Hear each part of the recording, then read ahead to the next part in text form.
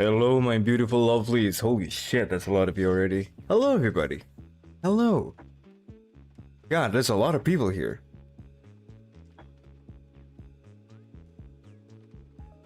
What's up, guys?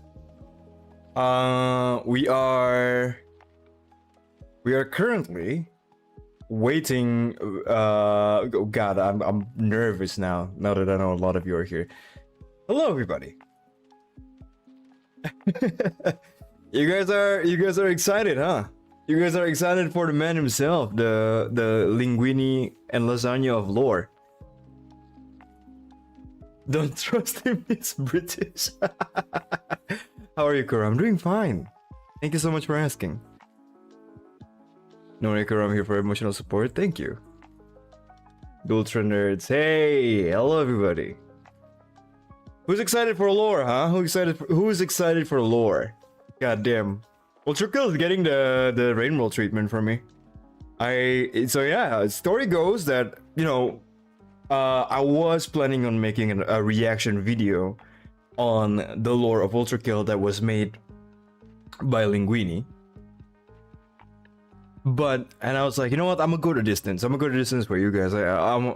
Let me try to actually contact Linguini himself to see if we can actually get a collab stream. And instead of me just reacting, let me just like have a full-on discussion with him, which seems to be you know, fun. It seems like it's going to be fun. It'll be all good. Good, no worries. Thank you, Isaac. Appreciate that. I'm here for shit. Patrick, holy fuck, man. All right. And so, you know, it surprises me that Linguini actually agrees, and he's actually pretty chill. I like what? Like I only have like 5,000 subs, and he got like 85,000 subscribers, and you know, I was approaching it with a bit of a cautious, and or you know, I was ready for to be turned down, but apparently he's down to do it. So that is really cool on his part. He's very open about it.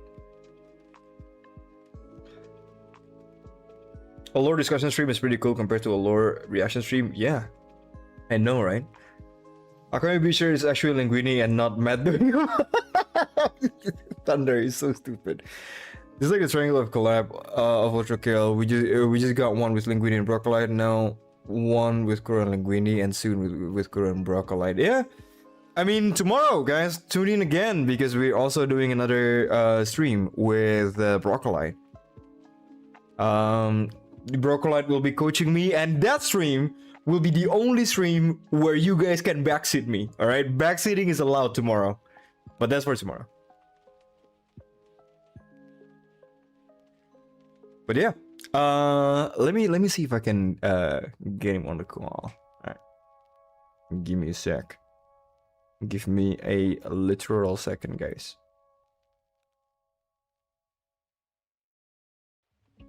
All right, let me take you guys to the discussion room, right? You guys are not ready for this. I am fully prepared. Bam! See that shit? Hell yeah. Oh, hey! There you are! Holy shit, I wasn't ready at all. You called me? It's true, but when I called you, I alt-tabbed to play the video in the background. Whatever. Linguini, thank you so much for being here, man. It's fine. By the way, again, like, I want to express my gratitude for how open you are being able to be here. You do have, like, the reputation for being the lore guy in ULTRAKILL. I suppose I do. Do you even know, bro, it's really funny because I didn't even make that video with the intent of being the lore guy. I made that video because I wanted to make a different video about Zelda, but I didn't want to just drop that raw, so I made the lore video first. Wait, what? So you... Yeah. Sorry, can you repeat that? I made the lore video because I wanted to make a different video about Tears of the Kingdom and how I low-key think Breath of the Wild's better, but I didn't want to just drop that raw, so I made the lore video as like my first like long video. and that's the only reason it exists. And then Destiny taking you on the path of ULTRAKILL Lore, huh? I guess. So, well, that video did really, really well. Was it because like you were a pioneer? tell me like, about you were... I have no idea. I could not tell you. The video is terrible. The audio is all fried. Like, genuinely. I mean, dude, no one, like, no video is ever going to be perfect. No, like... No, dude, the audio sounds like I have my microphone inside my mouth. I do not... Do you, though? I mean, I'm not judging if you do. It's real bad. Wait, you did say, when was this? How long ago was this video? 2 years ago? Two and a bit? Oh, shit. Like, A while ago. For real? I saw the thumbnail of I saw your video on my YouTube page. This was before I played ULTRAKILL, right? And this was before I do YouTube, bro.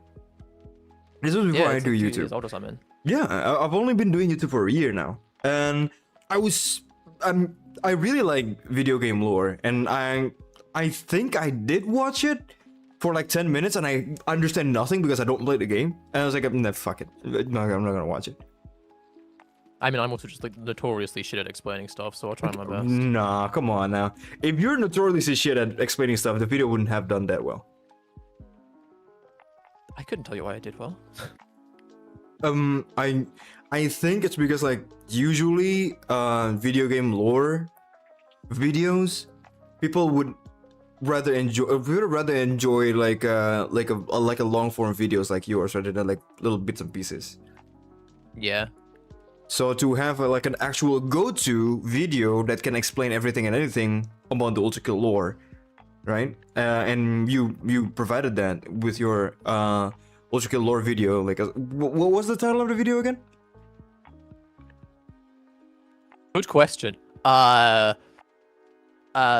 Explaining the lore of ULTRAKILL, so you don't have to, I think. And that title work, man. Come on, that title work is amazing. Hey man, I don't do titles and thumbnails. I don't know if you've seen my channel. The titles are 90% jokes. I mean, the title is intriguing though. Hello, everybody on the channel. A lot of people coming in as well. It's because I'm just oh so famous. Oh so famous. Oh yeah, you are.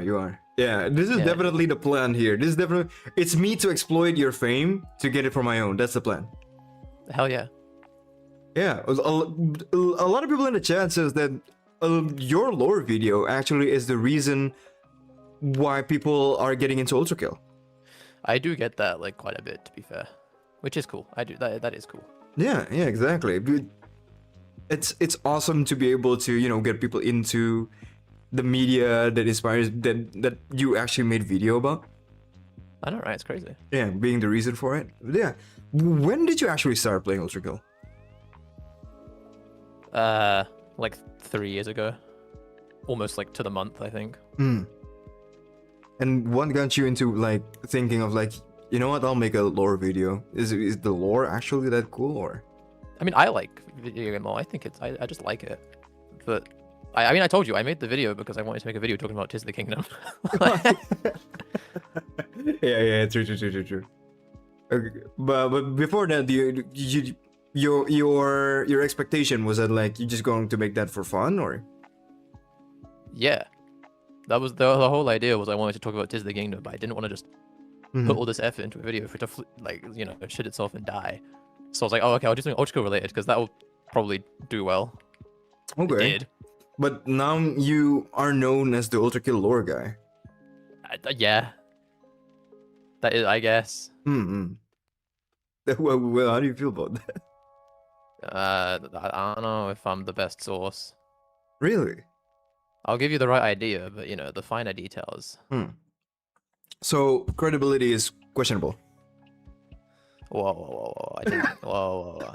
Hey, man. Wait, you said it, not me. Maybe I know everything. Who knows? Okay. All right. Maybe I'm just being No, that's a lie. Well, shall we begin then? So shall I pick your brain a little bit for some ULTRAKILL lore? All right. So my impression of the lore is that ULTRAKILL is, because I came from a background where the video game lore that I've been served with is both Hollow Knight and also Rainworld, and both of those games is a lot of show don't tell. especially Rain World, right? So coming from that 2 games into ULTRAKILL, it's kind of like a change in pace because everything is laid out for me on the terminal lore. Yeah, ULTRAKILL is very much like half of it is very much.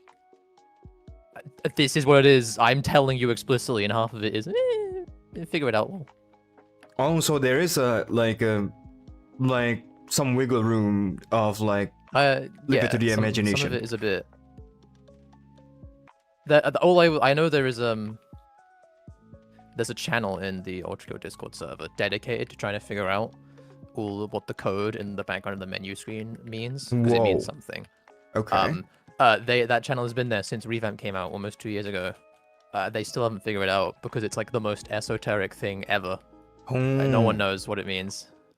So up until this day, those like you guys still don't know if those like background codes and whatnot means anything. It's something to do with alchemy, and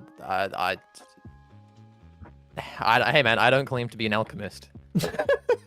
Okay. I mean, your title is the ULTRAKILL Lore guy, not the alchemist. No, the alchemy stuff is that's a bit. It's too deep, man. I mean, hey, even they don't really know what it means. So Okay. I think I'm diving a bit deeper than where I should be because let's start with something simple. Let's start with like do you want to talk about this in the like the chronological events of the game or the chronological events of the lore? Because like I know if we're talking about the chronological events of the lore, we go way back those two during the very human different era. things, and it makes it kind of hard to talk about it. Right. Because it's like some things that happen in like the lore is like, well, with this character who's introduced like halfway through the game. It's like right at the start of the lore. Okay, so let's talk about like the chronological events, I guess, lore wise, right? Chronological lore wise event. So from what I understand is before the First World War, the world of ULTRAKILL essentially takes place in the same universe as ours right now. So it's an alternate history story. Essentially. Okay. I mean, throw in a little bit of like God being like a literal physical thing, and hell also being a literal physical thing that just exists, and yeah, essentially. Okay.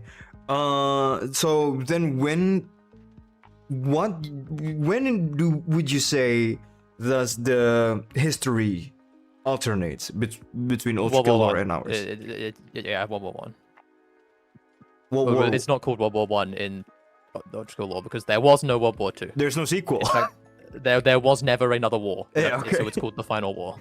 I see. So the war starts and it just never stops, right? It does stop. 200 years later.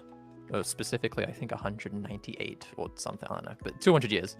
Okay. So we know this because this is fucking bull knowledge. On the title screen, right, when you first boot up the game for the first time, and it goes like you're like choosing your sound settings or whatever.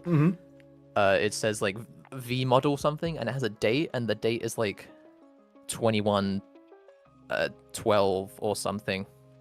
Oh, so the current year is 2000. Oh, we have no idea what the current year is, but that's the year what? that V1. That's the year we can presume is V1 was created, or it's the latest firmware V1 is on, because it says like firmware version 2112.06 something. I don't know. I see. So V1 was created like very late into the war. Oh yeah, V1's made like right at the end of the war, like so late into the war that he wasn't even like used. That's why there's only one of them. Oh yeah. That's what I heard as well. Yeah. Okay, so tell me about this final war then. Okay, I'm gonna be so real. We're jumping a lot, but like there's a lot really? to jump through. Yeah, the thing with if you want me to start at the beginning of the game's lore, we're gonna literally start at God made the universe. Like I'm dead ass. Okay, so should we go into God first or human first? Okay. Actually, God, because they're very intertwined. So God, right, Okay. exists, real thing. He's a guy. He's in the game, physical dude. And also he's very unstable, like I said. Yeah. He exists. Yeah. He makes, the heavens, the earth, all this, all that. Makes the angels and everything. Having a grand old time. And then, as far as I'm aware, is he tries making a creature with free will, Yeah. which is humans, right? Because angels just kind of do whatever he says. Yeah, because angels are essentially the extension of God's will. Gabriel's literally God's will, yes. Yeah, exactly, yeah. But so whatever, he makes humans, right? And he's like, man, these humans, they stink, man. They're I don't like them. I mean, it's a little bit more. Yeah. It's a little bit more than that, but like in the terminals of the secret levels, you kind of get him. Yeah, the testaments, crashing right? out over free will. Yeah, I had a whole voiceover and voice acted with some of my voice actor friends section about God and Lucifer and all that. It was awesome. I really love the Testament. It just shows how mentally unstable God is in ULTRAKILL. Yeah, he makes humans, and he's like, man, these guys suck. It's like, wow, these guys are awful. I don't like them. So he crashes out a little bit, you could say, and just makes hell because he got a bit pissed off and made hell one day. I like dead ass. He made hell, and he was like, wait, shit. He can't undo it. That's the big problem. Is he's not an all powerful god. That's what I So, realized too from the Testament. Like the fact that he cannot undo hell, which is surprising to me. The takeaway from me is that either God is not an all powerful, not an all powerful being, like the one that religion in our in real life would depict him to be, or hell itself is like very powerful in ULTRAKILL. I mean, hell is very powerful, but it's more just God is like not all powerful. He is a flawed god. Oh, so it's a bit of both. Yeah, like hell. I mean, hell is probably like the second strongest thing shown in the game after God. Okay. The God thing is, is like, not, I have. Sorry. What's up? Sorry. He's just like you can kind of tell he's flawed by the fact that he keeps on crashing out. That's true. Somebody get him a therapist, man. The Boy, he needs bit... that. Sorry, go on. He needs that. I don't know if you've done 7-S. 7S. Which one is that? The power washing simulator. Oh, dude, yeah. I read all of the Testament. I made like a in whole the Final bit about Testament, he just tries to kill himself straight up. Yeah. But and in the line of like, but when I say into the abyss averted his gaze. It's like he tries to kill himself. So metal, bro. Yeah, because like you're God, like you can't not exist. The thing is like he's all powerful though. So like, if he was all powerful, he could just blip himself out of existence. But he's not, so we can't. It is a paradox, isn't it? Yeah. So like, we don't know what happened to him because the final terminal is out. But he's not in the game anymore. Like he's gone. Yeah. Maybe in ULTRAKILL 2. We have no idea what happened to him, but he's not there no more. So. The funniest bit for me during the whole Testament is Lucifer going like, "Dad, isn't this too much?" And then God is like, "Yo, shut the fuck up, go to your room." Yeah, like that's what, like he just crashed out because he knows he's wrong and he knows that this was right, and he's like, "Yo, dude." It's not because Lucifer stood up to him. It's because Lucifer is right, and God was scared because Lucifer is right. Yeah. Okay. Essentially. And so. Anyway, Lucifer's looking going to be the last Prime Soul, but you didn't hear that. No fucking way. That's your theory. No, I don't actually know, but like it's pretty. I think it's kind of obvious. Someone's gonna say Ulysses in the chat, and it's like, hey man, I think Hakita's just reading the book, because he is. But I guess other than Sisyphus and Minos, the other figure that is kind of hinted at a little bit is Lucifer. That is a good theory. And also Ulysses is mentioned, but I do genuinely think Hakita is just reading the book. Who is Ulysses again? Odysseus, just a different name. Okay. Well, I think I haven't read about that, so we'll get there when we get there. Yeah, it's in Fraud, so. Oh, it's in Fraud. Fuck, I think I missed like a secret. It's mentioned in like a secret, but like it's a secret within a secret. Oh shit! All right, yeah, definitely. I was too busy crashing out in Fraud. Yeah, that's kind of fair. Thank you for understanding. But anyway, so that's the first beginning of the timeline. God created everything. Essentially, God created the heavens first, and then God created Yeah, like, you know he what? makes the Kind of boring. So he created humans because humans he might makes be the fun. heavens, he makes the earth, he makes humans. Humans do human things. He's like, what Mhm. the fuck? I didn't want you to do that. Makes hell. It's like, wait a minute, I can't undo that. Oh dear. My And control then Z he is not working. he feels really guilty about making hell. Yeah. You good? What are you? Okay. Don't worry about that. It's just.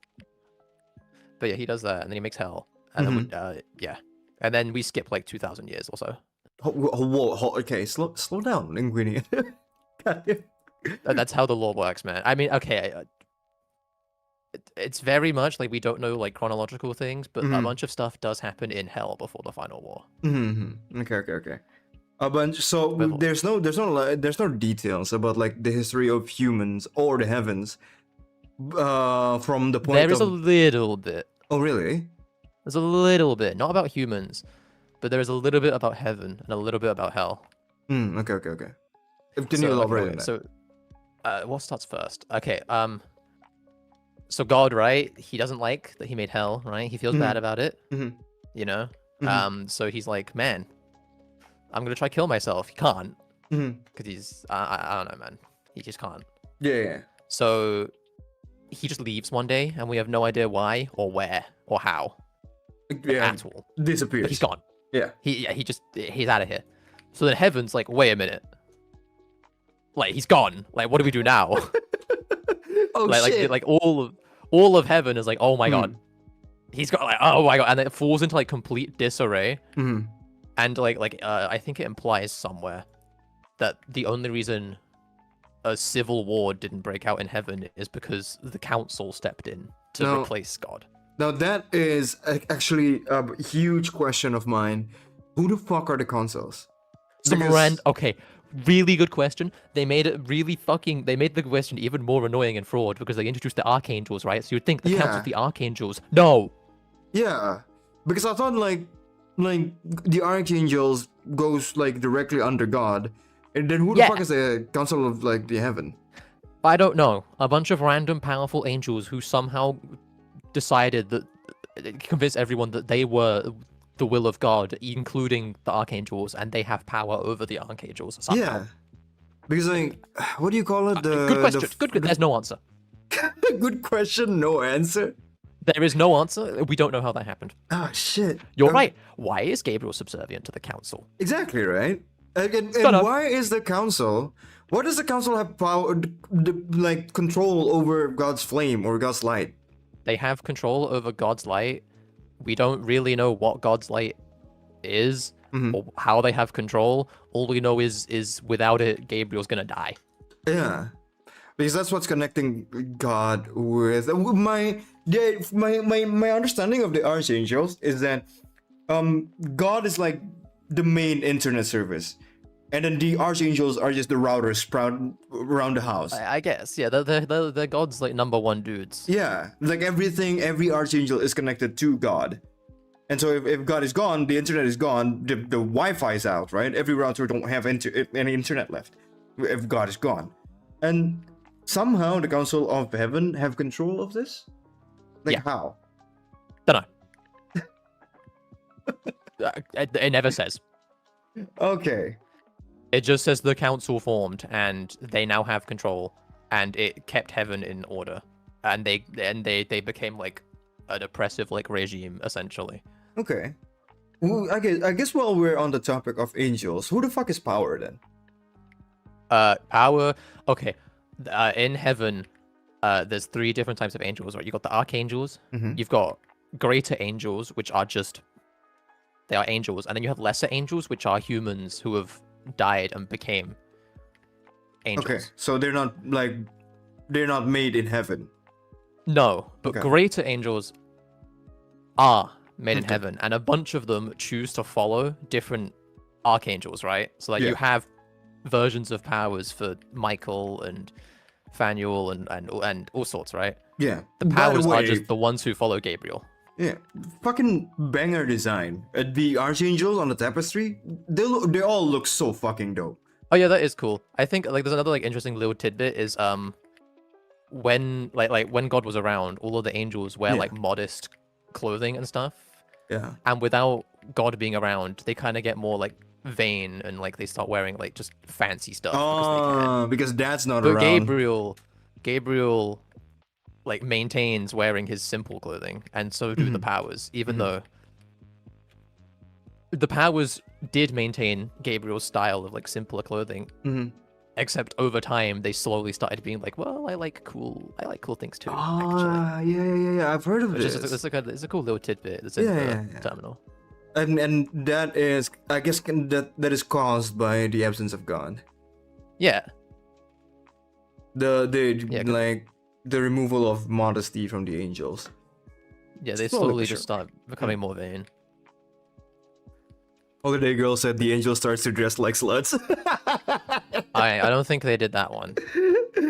I give them long enough, but it's so. I guess like every archangels would have like their own like pupil, and Gabriel. No, like the power. There's a lot of powers. There's a lot of powers. Yeah, like they're like a group that like follow Gabriel.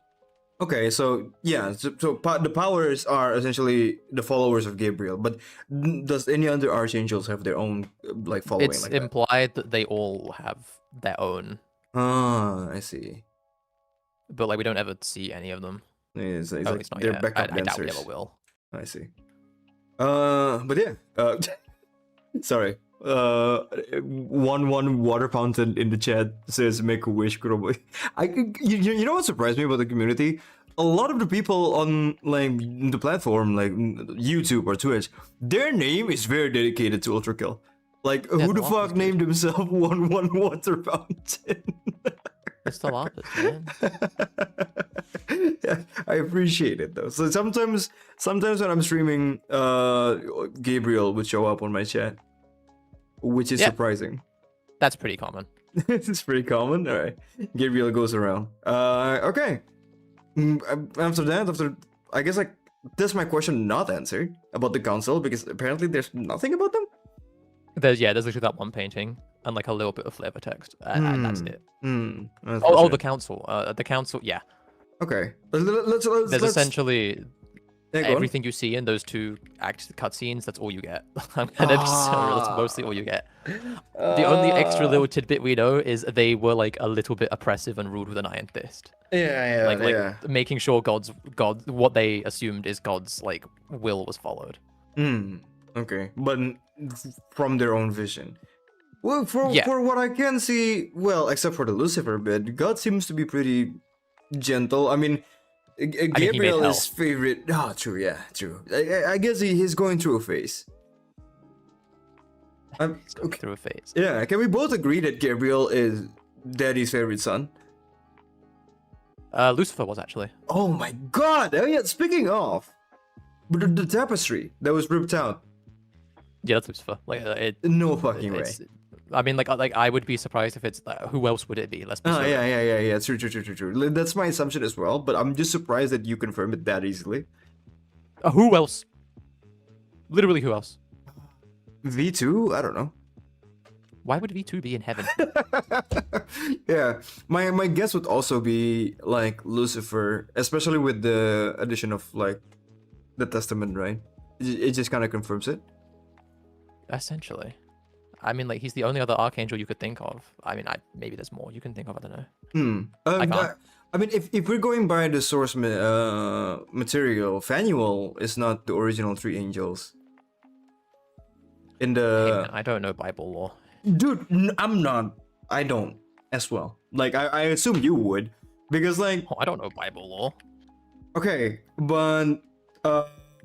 essentially, Phanuel is not from the original three angel, which is... Raphael, Michael, and also Gabriel. Phanuel is actually from the Book of Enoch. So if we're talking about this is more Bible lore than I know. Oh, sorry. I was taking source material into consideration when I was making like my lore tidbit on my video. So I read the Divine Comedy. Oh, you actually read the book? I did, and also like I'm not like a Catholic or any religion that matter. But I did read the Divine Comedy, which is essentially just a glorified fucking fanfic. Yeah. It was pretty funny, but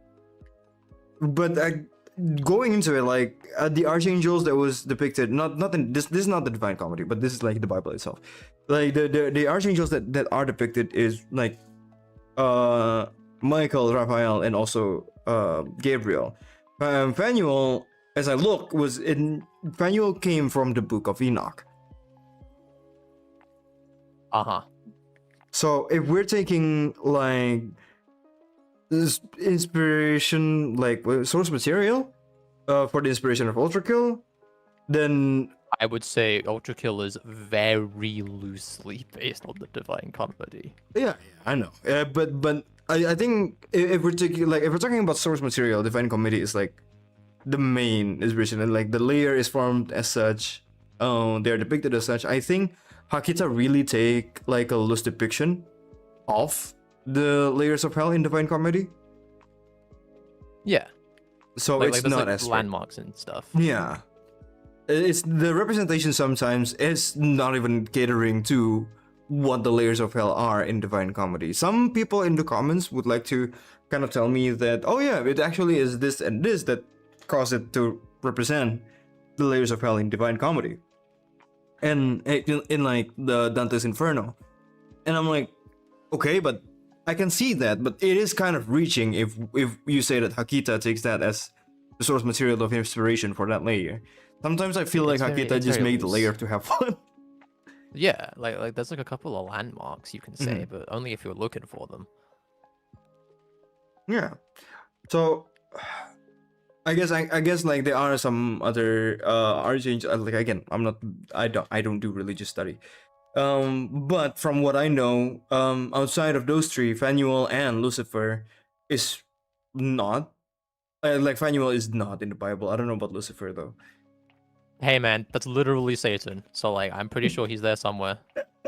Okay. Well, chronologically, where do we go next then?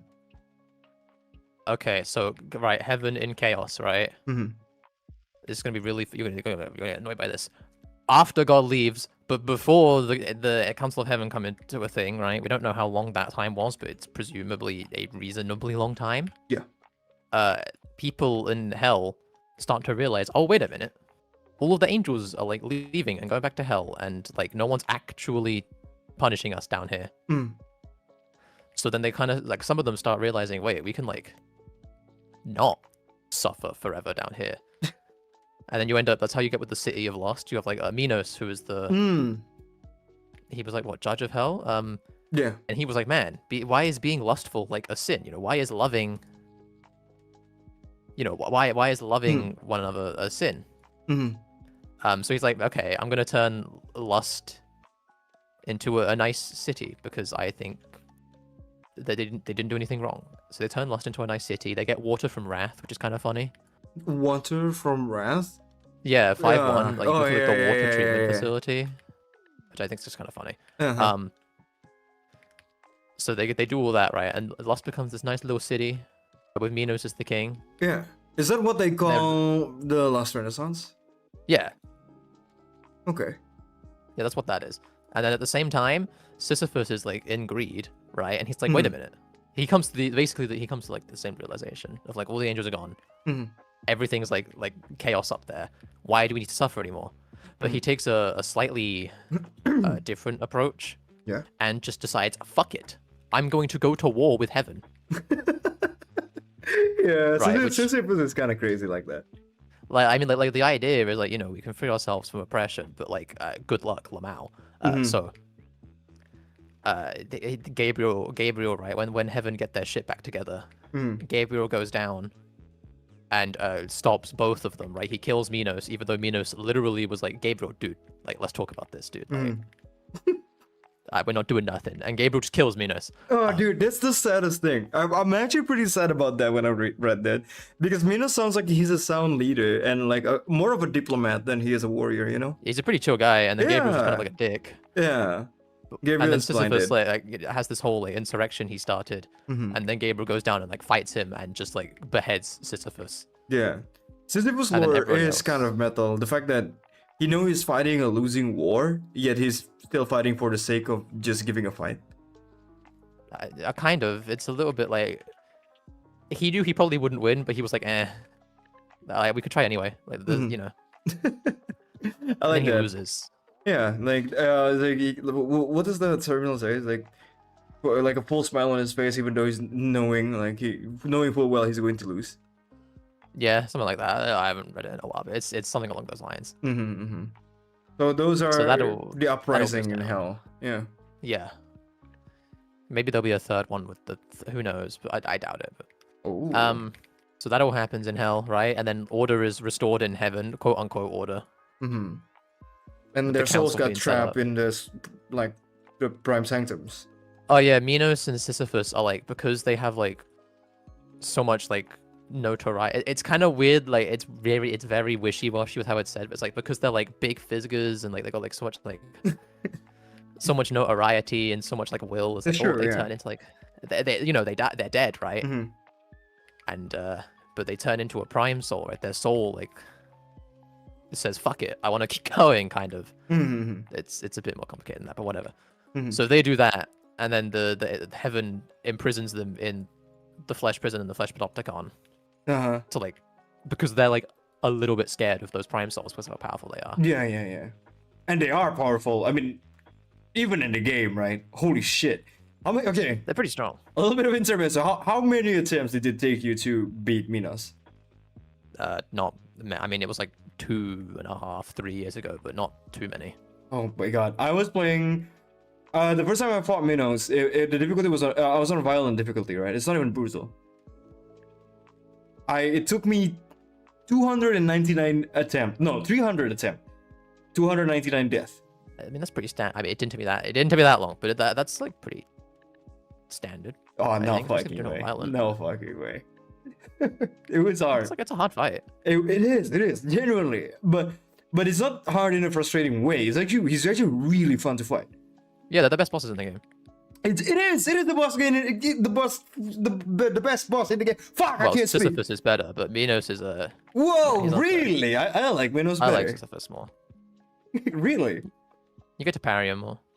A lot more. Oh, dude, I parry Minos a lot more. Yeah, that's because it's harder to parry Sisyphus, but Sisyphus lets you parry him like a lot more. Oh, really? Fuck. But Sisyphus, I just burst heal him. Like there's no incentive to parry, I guess, for Sisyphus. There is, believe me. On brutal That's like difficulty? the whole. If you learn how to parry Sisyphus, the fight will become a lot easier. The fight, Sisyphus was easier for me than Minos, honestly. Yeah, that's strange. Yeah, because and then a lot of people on my comment told me that, Sisyphus was supposed to be harder, and He's quite a bit harder. yeah, and apparently you will feel it in brutal. Like he's way harder in brutal. And I'm like, okay. Apparently, he is harder in brutal. I didn't feel it, but I think that's probably just because I played the game too much. Damn, bro. All right, you're that good. But anyway, getting back into the lore. Where were we? Fuck, I lost my train of thought. The Prime Souls. Yeah. Yeah. Okay, I'm gonna clear that. Right, this is like the weirdest. I mean, it's not always misconception. I fully see how it came about because Hikita did like. He shot himself in the foot here. At the end of 2.4, it looks like you go inside Minos, right? Like it looks like you go inside the corpse. Damn, hold on. Go like, inside. you jump into his mouth and then you end up in gluttony, right? Oh, yeah. Right, so like everyone assumes, oh, you go inside Minos. Gluttony is inside Minos. No, Oh, okay. it's not. Except P1 is. P1 is inside Minos? P1 is inside the corpse of King Minos' body, right? It says in the terminal, in the Minos Prime terminal, that Minos, his soul, was trapped inside his body, forced to watch his body destroy his city. Oh, so we were fighting inside the body of the Corpse King Minos. Specifically just for P1, the rest of Gluttony is not inside Minos. Despite the Holy fact that you shit. enter Gluttony by going inside Minos. It's genuinely, like everyone's like, how do you mess this up? It's so simple. It's not. It's so obvious why everyone gets this wrong. But you know. It is. I can't see why people would let to believe that. Yeah, it's like it's super obvious that like everyone would Yeah. get this wrong because you literally go inside his mouth, end up in gluttony, Mm-hmm. and like And then, part of like, it takes the place whole inside of his gl- body, but Yeah, because It's a the whole whole gluttony is like a whole digestive system, right? yes, so like it's pretty obvious why people would think that, but it's not. Gluttony isn't inside Minos, except Okay. P1, which is. Even, the thing is, like, if you didn't mention that gluttony is inside Minos, the possibility of that knowledge, I didn't even think that gluttony was inside Minos, because inside of his mouth was an elevator and we just go down. So I mean, thought yeah, it it's was whether straight you down. realize that like his mouth is the elevator. I didn't realize. Now that I think about it, yeah, some people can be misled into that information. Yeah, a lot of people.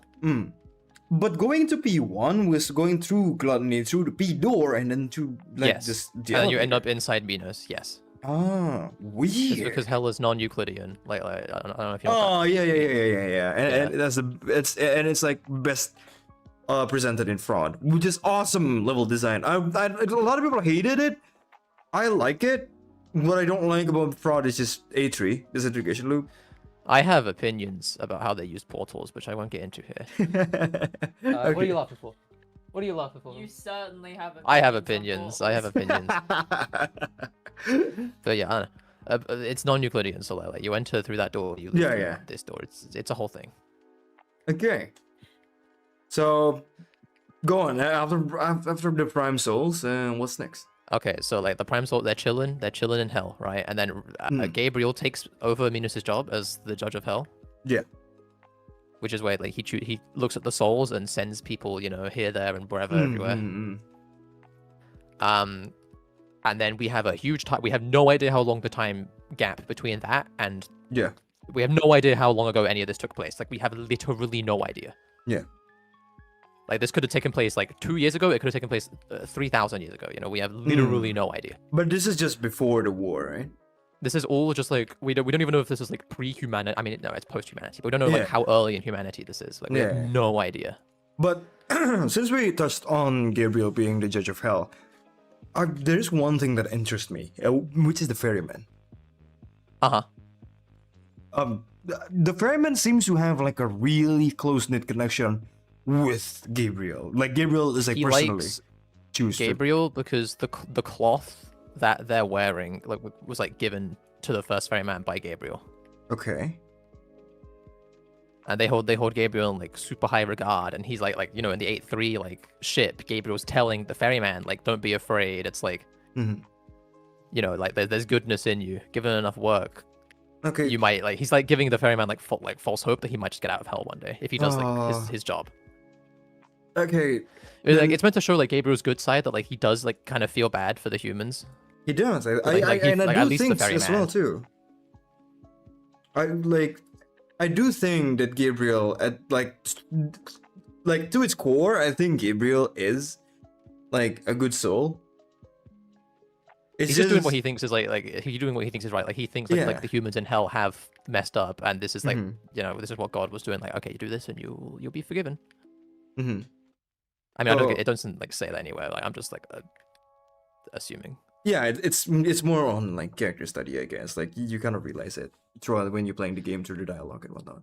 But yeah. Also, the ferrymen like whenever a new ferryman comes around, they fight to the death for the cloth, and then whichever ferryman wins becomes the new ferryman. Oh, they're fanboying.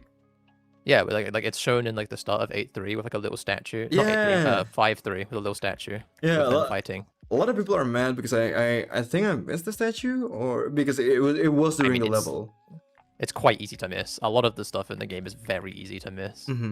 But it's like was one little statue at the start of the level. But it is pretty cool though. That is a pretty cool lore. So the ferryman is just a normal husk. Is that it? Normal. It's a special kind of. We don't know like, you know what brings on a ferryman. I don't think. But every so often one will just show up. And if there's one already around, which there probably is, then they fight to the death. But they are like previously they are human, who's been sent to hell. Yeah, so like, most things in hell previously were human, unless like if it's a husk, it was at one point a dude. Also, at one point in 8-3, there's two ferrymen at the same time. Don't question it. Don't think too much into it. And they both have a cloth. Don't.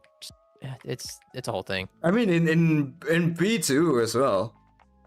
In what they call There's the only wizard one. room. I mean, there's 2 ferrymen, but they show up at different times. They show up at different time. Yeah, true. I mean, I did hear that Hell, from the comment, I got spoiled. Like, Hell can have the power to bend time and space itself. Hell has like full control over everything inside of Hell, so it will like whenever the doors lock, that's Hell locking the doors to like trap you in the room, and whenever enemies teleport in, that's Hell teleporting them in to like force you to fight them. Oh, okay. So because Hell like just likes watching the chaos. Let's get to that later because we're not even on view 1 yet, right? We're still talking about things chronologically. Yeah. Okay. But okay, that's you did say that everything in Hell are mostly human. Then what about demons? Demons are not human. They are made by Hell sometimes. Okay, it's a bit ambiguous. Some of them are made by Hell. Some of them aren't made by Hell. It's kind of weird.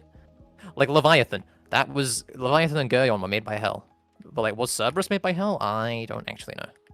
Oh, what? Like the Minotaur, I think, was made by mannequins, were also made by Hell. So I think like most of them were made by Hell. Okay. Like you can see in the terminals, like Hell like saw Gutterman. We'll get into Gutterman, but Hell looked at them and was like, "Oh, damn, that's fucked up. I'm gonna try that." No fucking way. Hell's it's like yo, human knows some shit. I'm gonna steal from their creativity. Yeah, no, literally, Hell like took inspiration from humans like brutality. I was like, oh, wait, good idea. That's metal as shit. Then sometimes human can be more brutal than Hell itself. That's metal as shit. Yeah. Okay, so after that, where do we go in the chronology? Okay, it's where Council of Heaven, yap. Okay, so then there's a huge time skip, and then like humans are doing their thing. Mm-hmm. You know, human history like happens pretty much as normal, I think. Yeah. And then World War One starts, right? You know, human history, it just kind of happens. Yeah.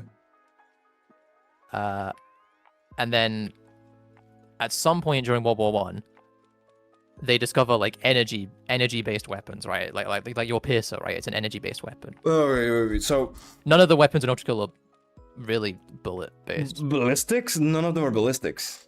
They're not bullets. Like the piercer is like an energy weapon. The shotgun core is like an energy charge.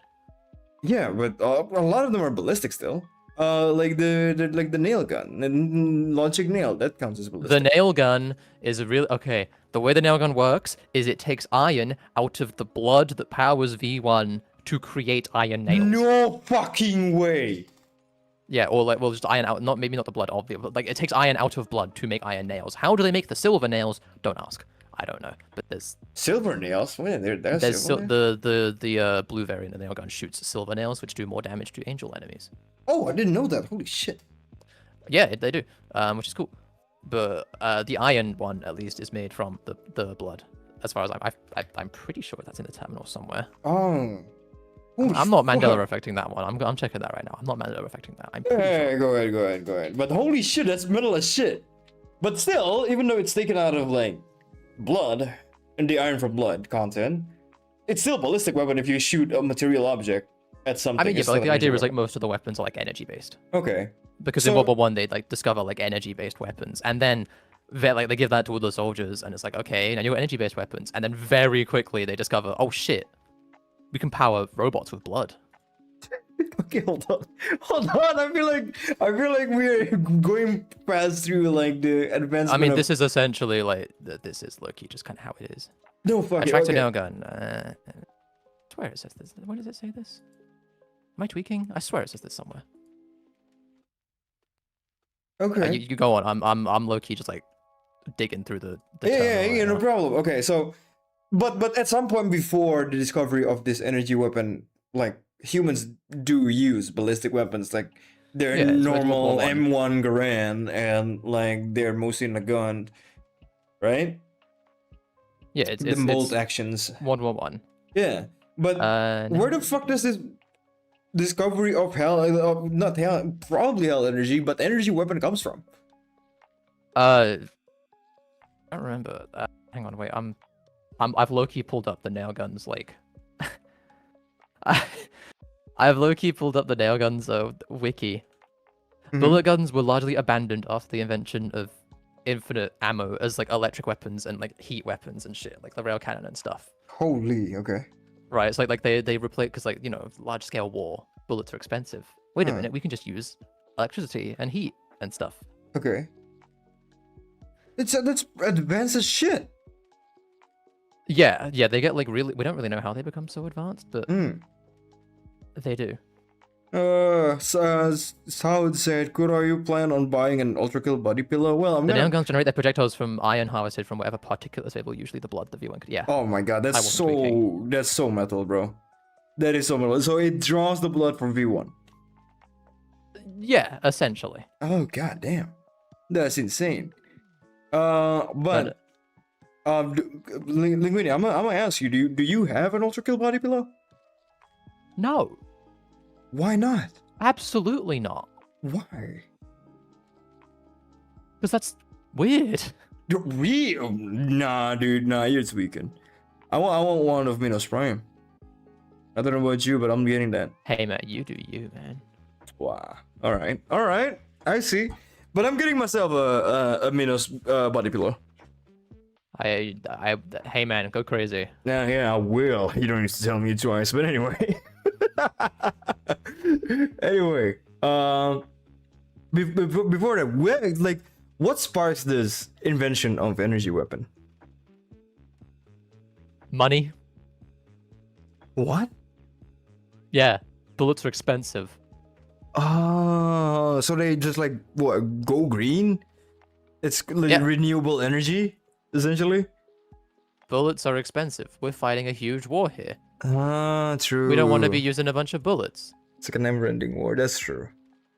Okay. So there's like, okay, well we can just make these energy weapons and it's cheaper. Mhm. And I mean it is cheaper. And then they like, that very quickly replaces Hmm. everything else. Okay. Okay. Then the invention of the energy weapon, and then after that, what's next? It's kind of ambiguous as to like where any of this, like the order of all this, Mhm. but you can assume around a similar time, they discover blood can fuel robots. Right. At some point, they discover Do we blood not for have like robots. a concrete like No, there's terminal? nothing telling- concrete here. Oh, no fucking way. It is at some point in World War One. It's during the you can assume it's early because it's during trench warfare. Okay, yeah, because It it's the creation specifically of says the that. gutter tank and the gutter man. Yeah, so like the weapons get turned into fancy magnetic electric weapons at some point because it's Mhm. cheaper and better, and then guttermen come along, right? Mhm. Guttermen are Yeah. the first blood-fueled machine, right? And you look at them, right? Yeah. They got a giant shield. Hmm. Seems like it would be pretty effective in a tiny little trench. That's true. You just block off every other projectile that is coming You into your literally direction. just drop a gutterman in one side of the trench. It's literally invincible because of the shield and has a giant That's true. Gatling gun on its arm. It's a Yeah. little bit overpowered. The Gutterman is like what I remember from the terminal is that after the invention of the Gutterman, infantry troopers, like human infantry, essentially becomes obsolete. Very quickly Yeah. become obsolete. Not immediately. Mm-hmm. Not immediately. Like guttermen were used against humans. Yeah. Guttermen are humans technically, but Yeah. what? They- You opened the casket on the back. Yes. It was Yeah. during my secret live stream and my chat telling me to like there's a bit of lore that you might want to know. And then they told me to knuckle blaster the coffin behind the Gutterman, like the coffin. There's there's a guy a in hidden room, and then there's a guy in there. And the note that's insane, by the way. Like, is it a note? I forgot. Is it a book or a note? There's a book. Yeah, there is a book, and it's so sad. That okay, here's the thing, right? What do you think A lot that of book questions. is? A lot of questions. First is from this rock on the chat. Whose idea even was it to try blood as fuel? Hey man, I don't know, but someone did it, and it worked. It isn't once like yo. What if? What if? It's like, It does. The game never says. It just Oh goes. my it does. god. It was one. Guttermen were one of the first successful experiments, and it was the first one to actually be like deployed. That is, I don't know if you know Trench Crusade, but oh, you don't? Okay. It's essentially like it's a tabletop war game. It's essentially like Warhammer, right? But it takes place in alternate history of the World War One, and Ultrakill feels so much like that. It literally almost the World War one. One stuff is gonna go away pretty quickly. Don't worry. Don't worry about that. But essentially like the World War One part of Ultrakill is very much resembles the lore that I've read on Trench Crusade, which is like, that's why when I was reading the lore about the final war in Ultrakill, I kind of like immediately I understand like what Hakita was going for with the lore here, because it's almost similar with Trench Crusade. If you enjoy it, I think you would enjoy it. Like, but look up on the lore of like Trench Crusade. It's pretty fucking metal. Hell yeah, dude. But the thing is, because I was coming from Trench Crusade, which have like thick ass lore, right? Almost everything is explained in detail. I think the approach that Hakita had on his world building is soft world building. Yeah, it's all just in like tidbits and terminals and random books everywhere. Yeah, less about the details, more about what's important in the moment. Yeah. Yeah, I actually really enjoyed it. But yes, to answer your question, I do know about the story, and also the book is really sad about how like, which weirds me out, right? Because like the Gutterman, the book I think was written by the Gutterman. Yeah. About how it developed this almost like maternal, no, like a sense of like feeling as its own, the person that is bleeding out on his back coffin is its own mother. It's because again, we'll get into this. The guy in the coffin is, you know, fueling it with blood, and the blood gives the Gutterman sentience. So it's like kind of like the, you know, the reason the Gutterman can think is because of the guy in the back. Wait. It's because of the blood, right? With the blood is essentially the guy, but it's not one-to-one his like the corpse consciousness. No, it's the blood fuel gives the Gutterman its own sentience, and it gives any robot its own sentience. Was this precedented by the humans when they were creating blood? No, they didn't know this. Holy shit, man! So they were just thinking like the blood as fuel, which also like, yeah. Let me just say, it's awful. It sounds awful lot like the Dreadnought from Warhammer. Like, if you don't know, essentially like a soldier that is very high rank that is about to die because either of old age or injury, they got amputated and been put into a machine, and so they can continue being sucked out of until like they actually fucking die, like beating a dead horse. This is essentially Dreadnought from Warhammer, and that reminds me of the Gutterman in Ultrakill. Not really, because the people in the back of the Guttermen are prisoners of war, but oh yeah, because it's different. Because like the people in Warhammer Dreadnought, they're willing to fight, right, for the Imperium of Man, but this one, yeah, people in Guttermen are not. Yeah, it's said that they're like valiant, like supporters, or like willing, like volunteers. They're not. Yeah. No. they're prisoners of war, which is fucked up. And what's more fucked up about it for me is that essentially that makes the way that lore book was written by the Gutterman was as if it was written by a child in fascination of its own parents. It's essentially a baby. His funky writing. Dude, it's so fucked up.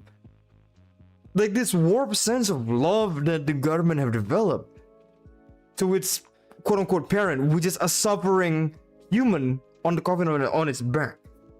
Yeah, Guttermen are probably the most fucked up thing in the game. Like, Yeah, oh man, it's awesome. I love it.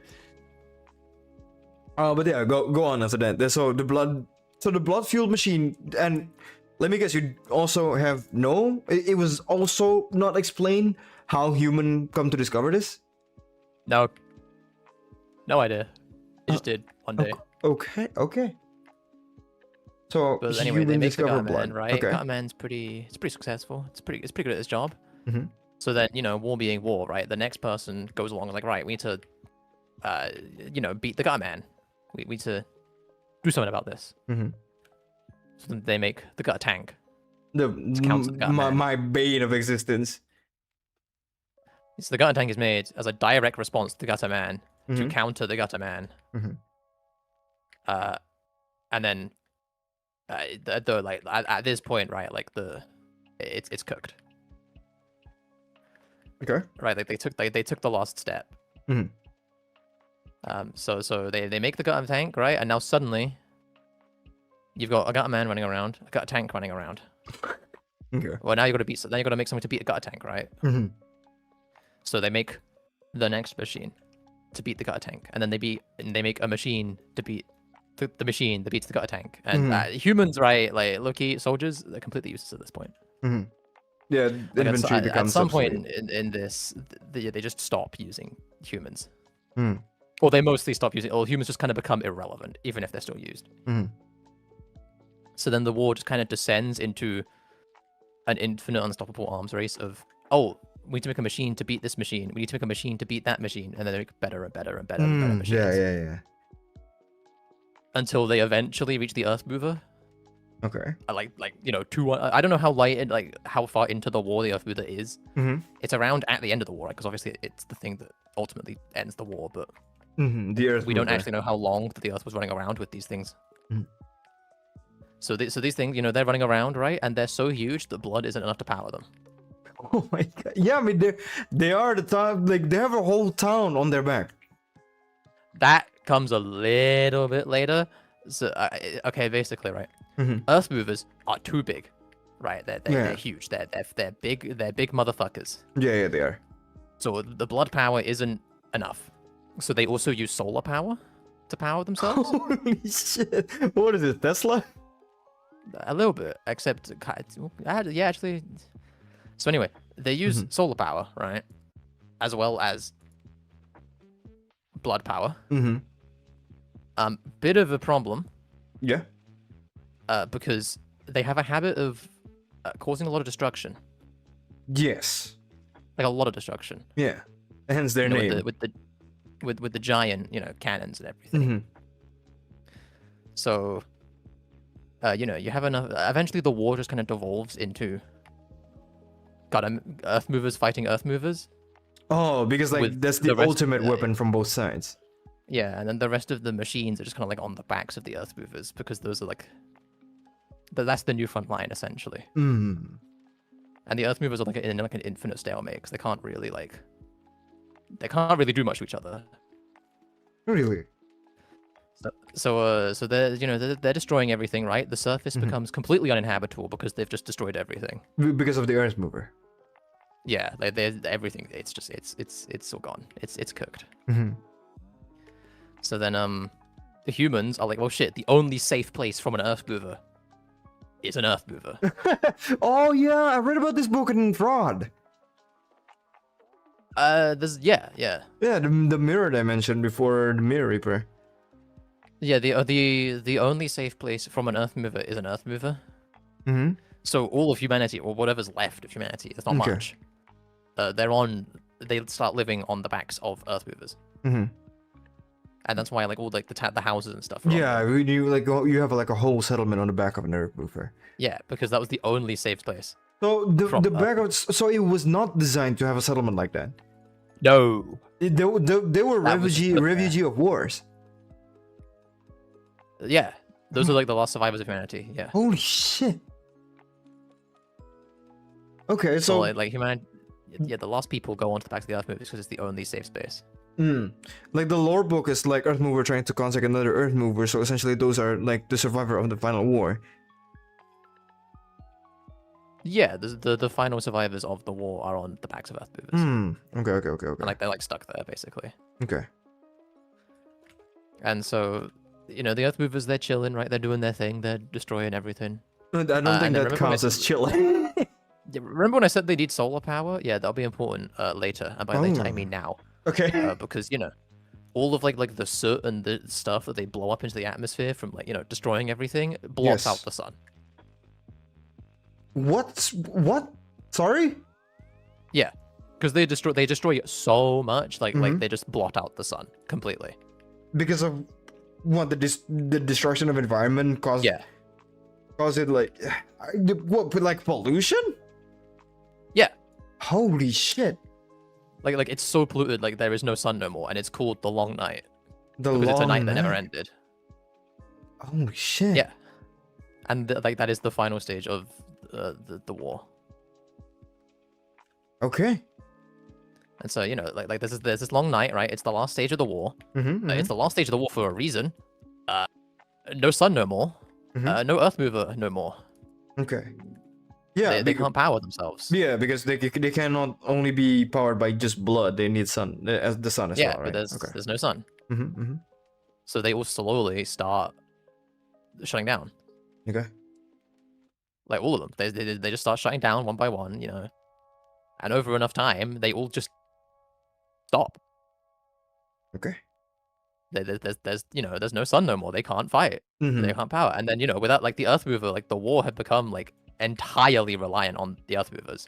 So without any Earth movers, the war just kind of like fizzled out.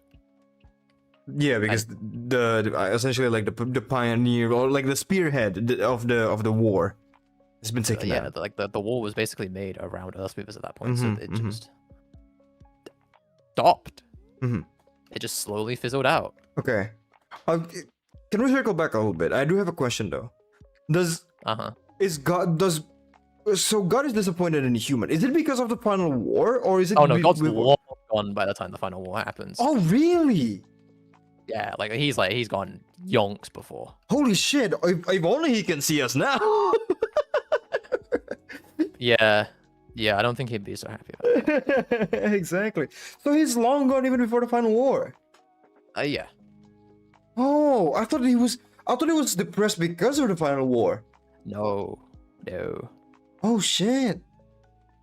Okay, sorry to cut that, but I need to clarify that. So go on. Yeah, so he's gone. He's over. He's not there no more. Oh, sorry. I need to. I hope God will eventually check on that one animation I link. Yes, I will. We'll still do like reaction stream, but not for lore stuff because, I mean, the man is here. So there's a really cool like Earth Mover fight animation, which I really like. I'm about to check them out, but later on some other stream. But yeah, it's pretty awesome. Continue. So okay, Earth movers, right? They all just shut down. Like they're all just they're going. Bye, one by one, they're gone. Yeah. So the war just kind of ends with like a quiet like little whimper. Oh. It just slowly fizzles out and everything just kind of stops. Anticlimactic. Yeah. Okay. And then you know, there's still people on the backs of those Earth movers, right? There's still a few of them alive. Yeah. And suddenly the war stops and these people are like, oh shit, like we can, you know, try living our lives again. Okay. Also, there's like a little thing where it's kind of implied that V1 was designed as like a counter to the Earth mover. Oh yeah. A little bit. Because like kind of, sort of.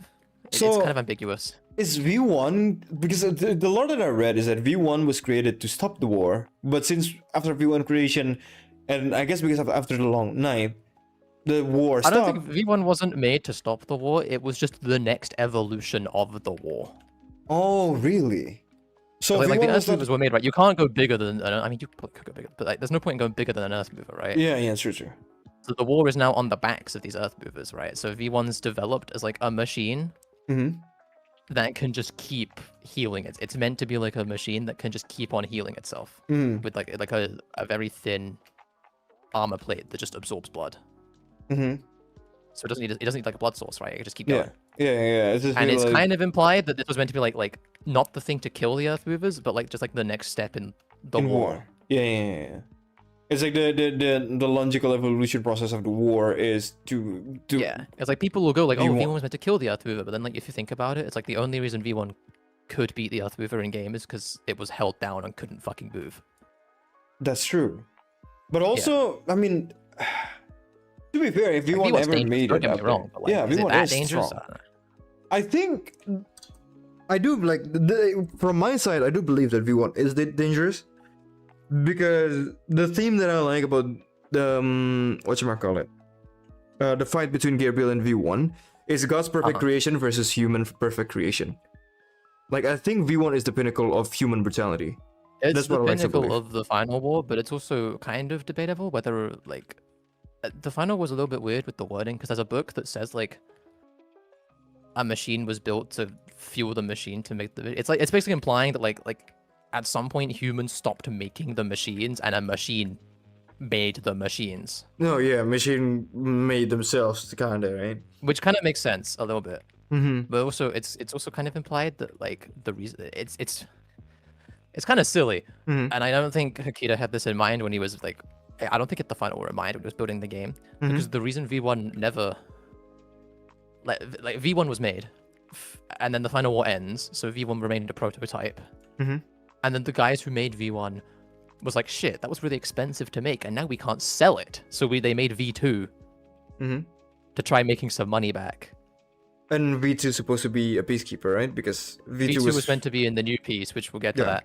Okay. But V2 was too expensive, so there's only one of those made as well. So the reason V1 and V2 there's only one of them is because money. Money, really? This is the Yeah. time after war. How important is money? I don't fucking know.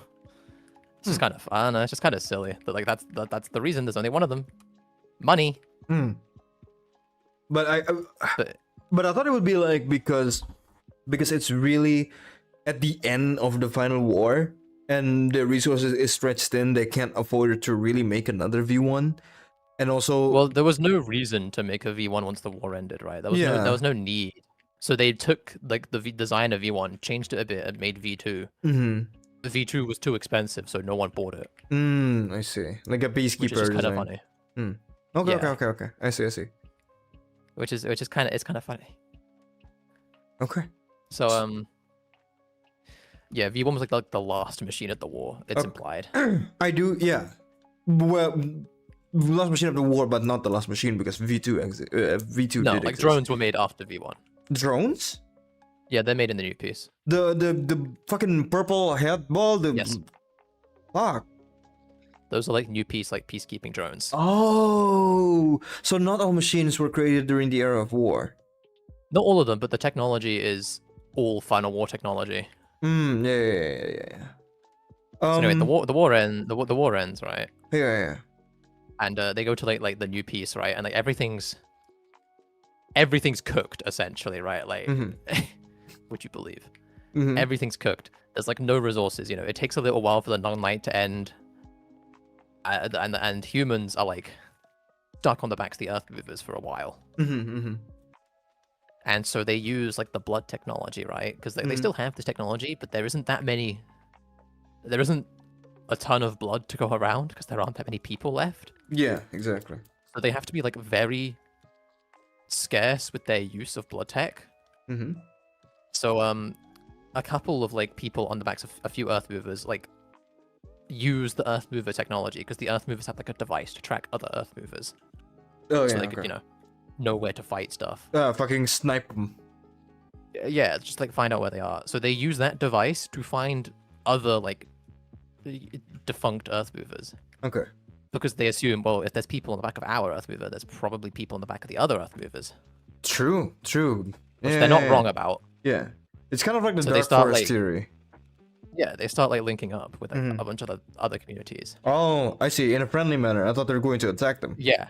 No, like the war is over at this point. Like, okay. everyone's like, holy shit, we lived. Like, we can't, like, We're tired, bro. Like, they're like, wait a minute, it's over. Like, yeah. so then they're like, we can't, I squander see. this. We need to do stuff. Mm-hmm. And there's a bunch of like really cool like stuff about them like meat wasn't a thing because all the animals are dead.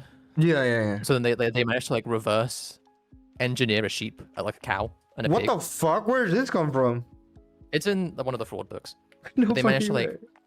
they managed to make like clone pigs and cows from before the war, and it's like a little tidbit of like people are like scared to eat the meat Why? because no one's had meat in like 200 years. No fucking way. Everybody's vegan at that point. It was just kind of funny. That is interesting though. Yeah, but like there's a bunch of stuff in fraud about like there's like grocery stores and it's telling you to take only what you need. Mhm. And like there's like posters about like repair your clothes before you buy new ones, which is meant to tell you that like even if the war is over, the resources are still like completely cooked. Yeah, yeah. Like they might have like like the big food shops and clothes shops, but like there's not like the excess that we have today, right? People need to still like limit what they buy. So this is something that I completely miss. So humanity is actually trying to rebuild themselves after the final Yes. the final war the final war The stopped. final war isn't the death of humanity, no. Oh, I did not know that. No, it's not. It's close. It's pretty fucking close. It's the death of most things on the planet. Mm-hmm. But it's not the end of humanity. Holy Like, shit. there is like a new piece afterwards. Oh. It's literally called the new piece. The new piece. That's the new piece there. Okay. And Yeah. what about the street cleaners? Are they new piece era? Those or... are also they're new piece. They're literally just it's in the name. Mhm. They're street cleaners. Oh. Like, Well, that's what they are. this just opens up a whole new perspective for me. Yeah, like, that's what they are. They're street cleaners. They clean the Hmm. streets. Yeah, but it can be taken as in a darker meaning. During the era of war, flamethrower is also used during trench warfare. I mean, yeah, it's more like probably be used to, like burn corpses and shit. I don't know, but I think Yeah. the street cleaners were they repurposed? I don't know if they were repurposed or if they were made in the new piece. Hmm. But anyway, yeah, that They sorta were blew me built away. as a way to purify the air. Oh, what? It's so interesting. Yeah, they were made to purify the air because the atmosphere is completely fucked, Hmm. right? Yeah. So they were made to like clean the air up. Yeah. But then once the air's clean, it's like, well, they're kind of useless. Hmm. Okay. That is pretty interesting. So, yeah, Okay. there's a lot Then of stuff like that. another question of mine, I guess, in fraud, in like the office area before the Mirror Reaper, there's this projection on an office about the operating system. Yes. The Smile OS, Smile OS 2.0, and Nocturne OS. Yes. What the fuck are those? Smile, the different. I mean, it tells you Smile OS is like the first blood-powered operating system. Like, Okay. it's the first one ever made. It's not very good. Mm-hmm. It's kind of hard to work with. Mm-hmm. It's used for like. Well, we don't actually know what it's used for anymore. Actually, I don't remember anything that was really used with 1.0. Okay. But you can assume it was used for like very Very early on. very early blood-powered machines, right? Mm-hmm. And the Smile OS 2.0 is like a little bit more advanced, It says like it's like the basic automatons use Smile OS 2, right? Mm-hmm. So like, Guttermen, and like you can assume that most of the machines in the game use Smile OS 2. Okay. So Like all like the terminals use it and everything. So let's say Smile OS 1 is the prototype of computing power. It's like basically, especially in the new piece, like it tells you like Smile OS 1, it's not very good, it's very limited, it's hard to use, but if you can use it, then do, because it doesn't take a lot of blood to use. I see. It's the most conservative one. Yeah, it's like some guy can like put like an IV drip in and power it, which is literally what happens, I'm pretty sure. But Crazy that I guess like that's the difference between our history is that the blood that they use can actually power technology. And once they discovered that, the technology kind of advanced that way. I'm gonna be so real. I'm pretty sure my graphics drivers just force updated. Are you okay? Yeah, my PC just went. Awesome, dude. I love AMD drivers. Anyway, don't worry about it. Okay. Okay. Smile OS 1 is kind of like the prototype of blood computing power. Smile OS 2 is the operating system that a lot of blood-filled machine use. Then what the fuck is Nocturne OS? It's what the automatons use. Yeah. Nocturnal is assumedly what V1's using. No fucking way. That's the get. It doesn't really explicitly say, but like it says it has like self-learning capabilities and shit. So like Uh-huh. it's implied that V1's on that. Oh. So there's no real confirmation of what the use of nocturnal noise is. It's pretty heavily implied it's V1. Like the whole design of it is the same as the title screen and everything, and it's like limits unknown. It's like V1's the only machine with unknown capabilities. No, that's true. Oh, and also like the color scheme is the same as the color scheme on the main menu when you start the game. Yeah, and it's like, it says like never use. It's really fucking dangerous. Don't ever use this. Mm-hmm. And V1 is dangerous. I mean, we destroyed the layers of hell. It's implied that V1's on it. Maybe some other guys are on it. We don't really know. Mm-hmm. Mm-hmm. Okay, like yeah, that's a thing. What is the implication of like the use of nocturnal OS on other guys then? There just might be other machines on it. Maybe we don't know. But we and they would be the most advanced and the most blood-hungry machines. And I mean, V1 is a very blood-hungry machine. Okay. So So that's a. What about the? Okay, I was just about to ask about the terminal, but I know I'm jumping the gun. Okay, but I know I'm jumping the gun if I want to talk about the terminal because they're their own thing apparently from what I learned from the Prime Science. Yeah, don't worry. Terminals will come. They'll come later. Don't worry. Okay. I'll leave it to you in terms of like what what you tell me first.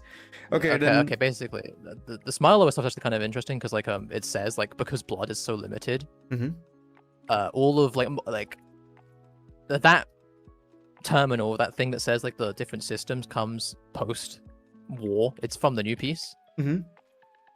But right, all the blood technology it's war technology, right? It's all wartime technology. True. So because there's like no humans left, right? There's very few humans left. They need to use Smile OS 1.0 literally as much as possible. Like as much as possible. To be as conservative as possible with the resources that they have, yeah. And like Smile OS 2 needs like permission to be used. Because it's more like blood hungry. And also people are just like, hey man, that's wartime, bro, we don't want to bring that back. Yeah, it's true. I think it's a little bit funny how they just kind of immediately go back to using like the same technology that, almost doomed the entire planet. Because, they do. I mean, it's reasonable. It's logical because like the advancement of technology it's just kind of they went to is, blood fueled computation.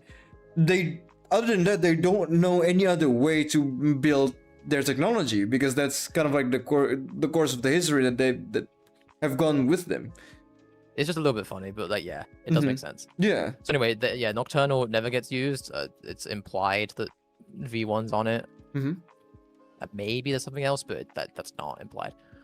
Okay. So anyway, they start building up. They're making the new piece. They built like street cleaners to clear the air, and they built like drones and stuff to keep like peace and whatever. It sounds like they they're start doing rebuilding. well. Yeah, but they don't want to keep using blood technology. Yeah. Right? They don't want to do that. That's not a great idea. So, one day they stumble upon hell. They just fight. It's there. It's just chilling there. No way, bro. They stumble upon it. It's a thing that they find. Just there? Yep. Why? How? Like, what do you Prelude isn't in hell. It's the facility humans set up outside of hell to like monitor and study it. Oh. Yeah. So yeah, I mean it's outside of the first layer. Yeah, they discover the literal gates of hell. Which is the gate with the 2 servers on it. Yeah. Oh shit. So they're like, okay, we're gonna, we want to explore hell. Maybe it's useful. Maybe we can use it as a power source. Humans, like, man. that's what they use it for. So they do this, shit. right? They start exploring hell, and they're like, it's probably pretty dangerous to send people down into hell. So what if we use the machines? So they start sending the machines down to hell, like street cleaners and everything, right? All get sent down into hell. Okay. To explore it. Okay. And they start exploring hell. Yeah. And the terminals are used as like a transport system. So like the terminals are kind of weird. They're developed. God, the terminals are fucking weird. Yeah, they're made. in these elevators as a way to transport things. Mm-hmm. But the only things that were transported, before humans shit the bed, Mm-hmm. I believe was a song, and I think Yeah. it's the song the terminals play. The vinyl, like a vinyl record of like a retro music, like a classic music. I'm classical pretty sure music. that's the only thing that they managed to transfer. Yeah, yeah. But even without the sticker on the vinyl, because to reduce the amount of matter needed. But can Yeah. we circle back a little bit to the discovery of hell? They just find it. Yeah, I just, know. you know? I know. Okay, wait. Are you sure there's no elaboration on this? Oh, it wasn't the only thing they sent. It was the first thing they sent. Okay. No, there's not really much elaboration. They just find it one day. Okay. So they found it someday. Is They there just found it. there a reason why they how the fuck hell is on Earth? It's, I don't know. It's just there. God put it there. Is it God or is it hell itself? Well, like God, it's kind of weird. It's like why is it there? We don't really know. It's not super obvious, but it's there. Okay. Okay, hell is there, and then the reason humans start this hell excavation project, which I'm spoiled about, is because they want to stop Resources, using dude. blood-fueled machineries. They want to look into alternative energies. Yeah, it's like we got more resources. Look at that, free stuff. Mm-hmm. And So, also, yeah. they needed to stop using like blood-fueled machine. Yeah, I mean it's probably smart considering what they did. Okay. It's kind of sucks that they're on the. Oh, never mind. on The the vinyl option. record was the only thing. They just Yeah. wanted to do more stuff. So the only it kind of sucks that their only option is either to use their own blood or go to hell.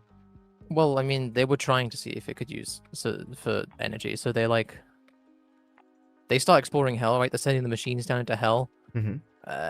And then eventually one day, there's an ARG about this somewhere.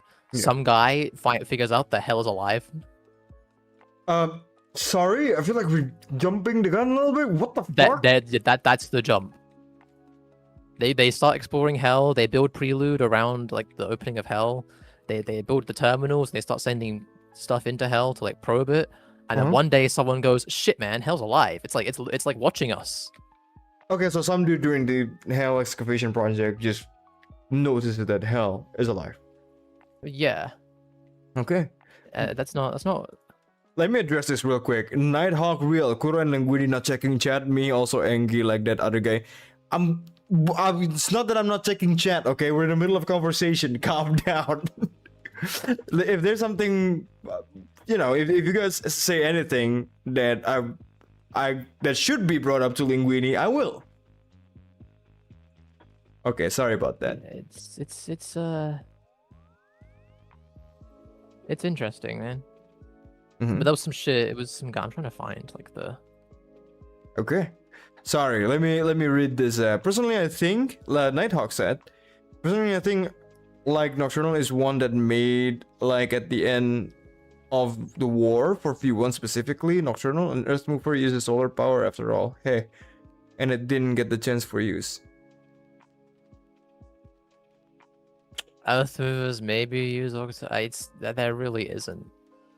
I don't think Earth Anything mover. I don't think Earth mover. Well, in my opinion, I don't think Earth mover. I don't uses think so that. either. Yeah. Because they seem pretty basic in what they actually do. Yeah, it's just lumbering, really strong weapon, but there's no Yeah. like. I wouldn't say it's self-learning like V1 is. Yeah. Okay. So sorry, just, where were we? Hell, right? Okay. Basically, they figure out the hell's alive, Oh, which is yeah. interesting. That- Basically, they're really confused because a bunch of really weird stuff is teleporting inside of Prelude, right? Mm-hmm, And a bunch of like machines just kind of keep vanishing out of nowhere. mm-hmm. And like the doors in Prelude, they lock themselves, right? They keep locking themselves. And Oh, everyone's yeah. like, wow, that's really weird. The fucking That's so boomer weird. shooter level design. Yeah. So then some guy figures out like hell is alive, right? It's like Yeah. It's a thing. It Yeah. exists. And it's learning from humans pretty quickly. So like the schism and like the soldier have like machine parts on them Mm-hmm. because it's learning from humans and being like, shit, man, I can add machine parts to the husks that I make. So it starts adding them to husks. Is And, it like, the you know, mannequins. soldier? The soldier, yeah, this, you know, it's got a fucking a hand cannon on Holy. it. So Hell is like, yo, cool toy. I'm a modify gonna my remake husk now. Yeah. Yeah. Hell's pretty crafty. Sorry, the line's been Minecraft. Okay. So Hell starts like you know, makes the mannequin, right? The mannequin is designed like it looks at how humans put a dude in the gutter man, and Hell kind of makes its own little twisted version of that with the mannequin, and it traps like a soul inside the mannequin. Theo, my mod, just said, I think it's important to state that distant eye, quote unquote, are Hell itself. Distant eye, like in the terminal? Yeah, every time it's mentions like distant. No, every time the game mentions like distant eyes watched something. Well, where is it mentioned? If I remember correctly, it's only mentioned in that enemy that spawned blood enemy. Something. It's like distant eyes watched humanity, something. And then I think it was the mannequin. The mannequin? Essentially, the game just refers to Hell in any way other than saying Hell. The distant eye. Yeah. Okay. Man, I need to the gunner reread entry the has it, yeah. I need to reread the entry after this. I'm planning on making a whole lore video with you in it, with clips of this VOD. I hope you don't mind. I don't mind. Yeah, I'm planning on making like a whole lore video about ULTRAKILL. So I need to reread the whole entry again, which is going to take a little bit of manpower to do. But anyway, so yeah, after that, so this is the discovery during the Hell exploration project by human. Yeah, well, they're just exploring Hell, and then a bunch of weird stuff is happening, and then one guy figures out that Hell is alive. Okay. And he realizes, shit, man, Hell's doing this just for like the love of the game. He's just having fun. It's literally doing it for the love of the game. And it's like and there's a guy, and he's like he's begging some dude called Tom. I get it's the only named character in the game, like the only named human as far as I'm aware. Who the fuck is Tom? Good question. Dunno. Seems pretty high up on the whole Hell excavation project because he pleads with him to like cancel the project. And he's like, bro, just fucking seal Hell away, like forget everything. We need to leave it. And then he tries to like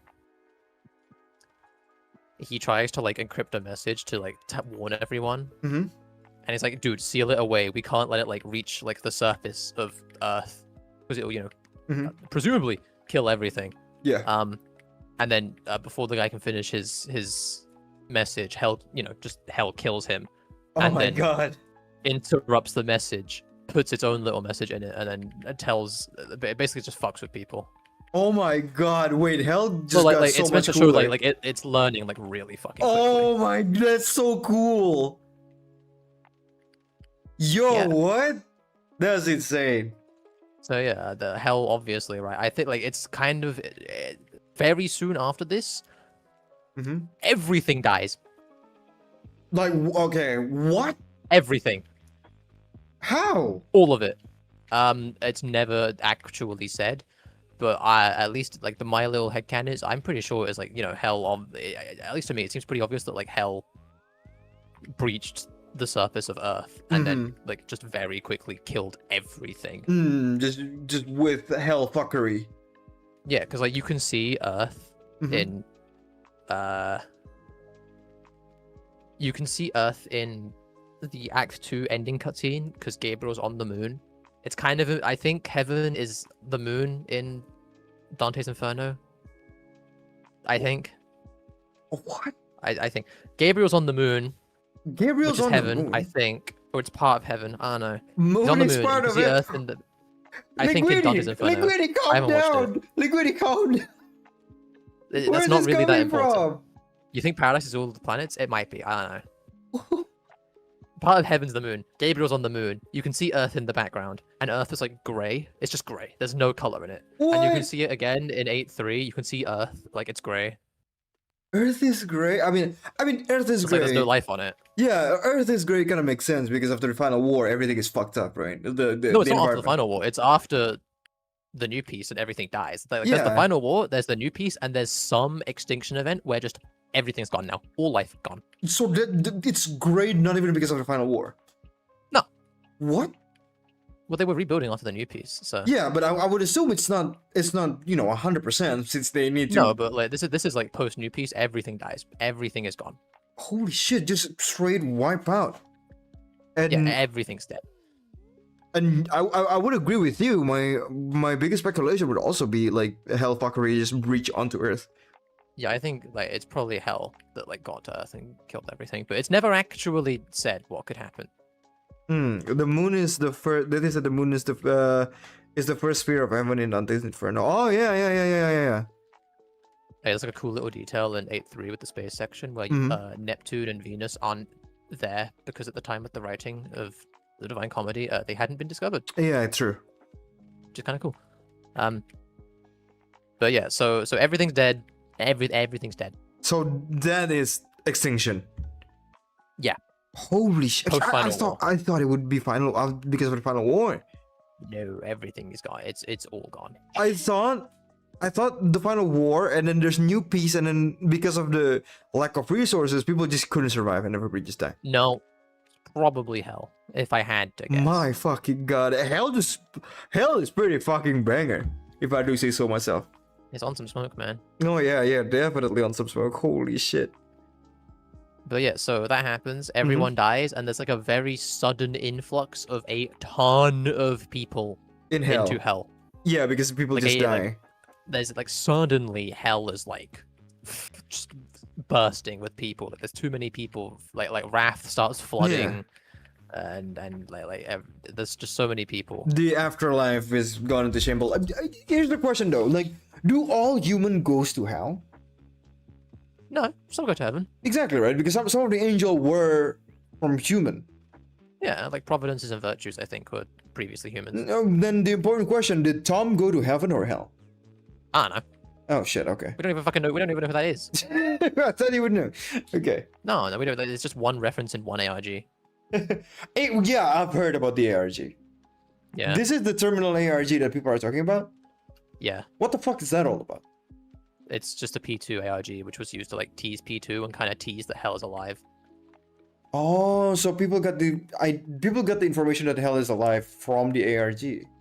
Yeah, and then it became a lot more obvious with like stuff added later into the game.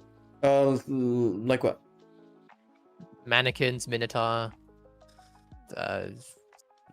yeah, stuff like that. Yeah, like the one that make the blood puppets, right? That's also hell's creation. The trees? I don't know. No, not the trees. The one that spawn blood enemies after you defeat them. That's also created by hell, right? Oh, Death Catchers, yes. Death Catchers, yeah, that's the name. Yeah, they are. Okay.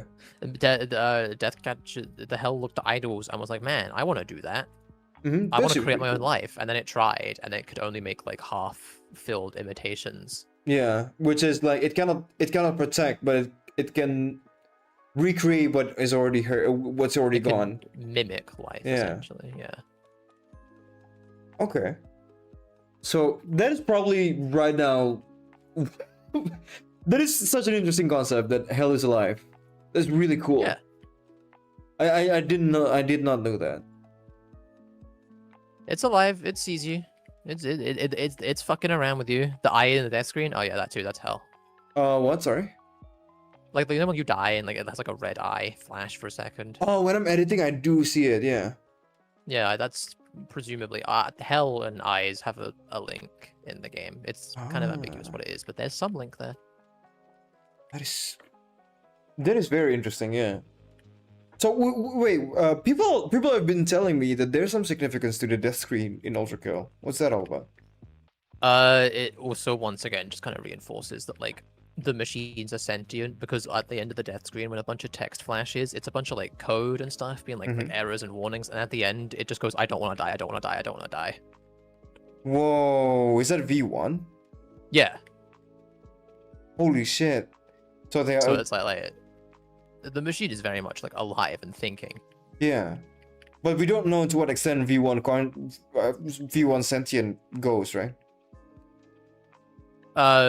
We can reasonably assume that all of the Bloodfuck machines are like pretty like almost fully sentient. Yeah. Well, I mean, they're fully they're sentient, thinking. like intelligence wise, like because like we can say that like an animal is also fully sentient, but like the form of intelligence that they take is not fully developed yet. But like they can learn. Yeah, exactly. But like that's what sentience is. Like you can like learn. The machine, like what I mean is that V1 seems like it's been going on this rampage throughout hell itself, just by survival instinct alone.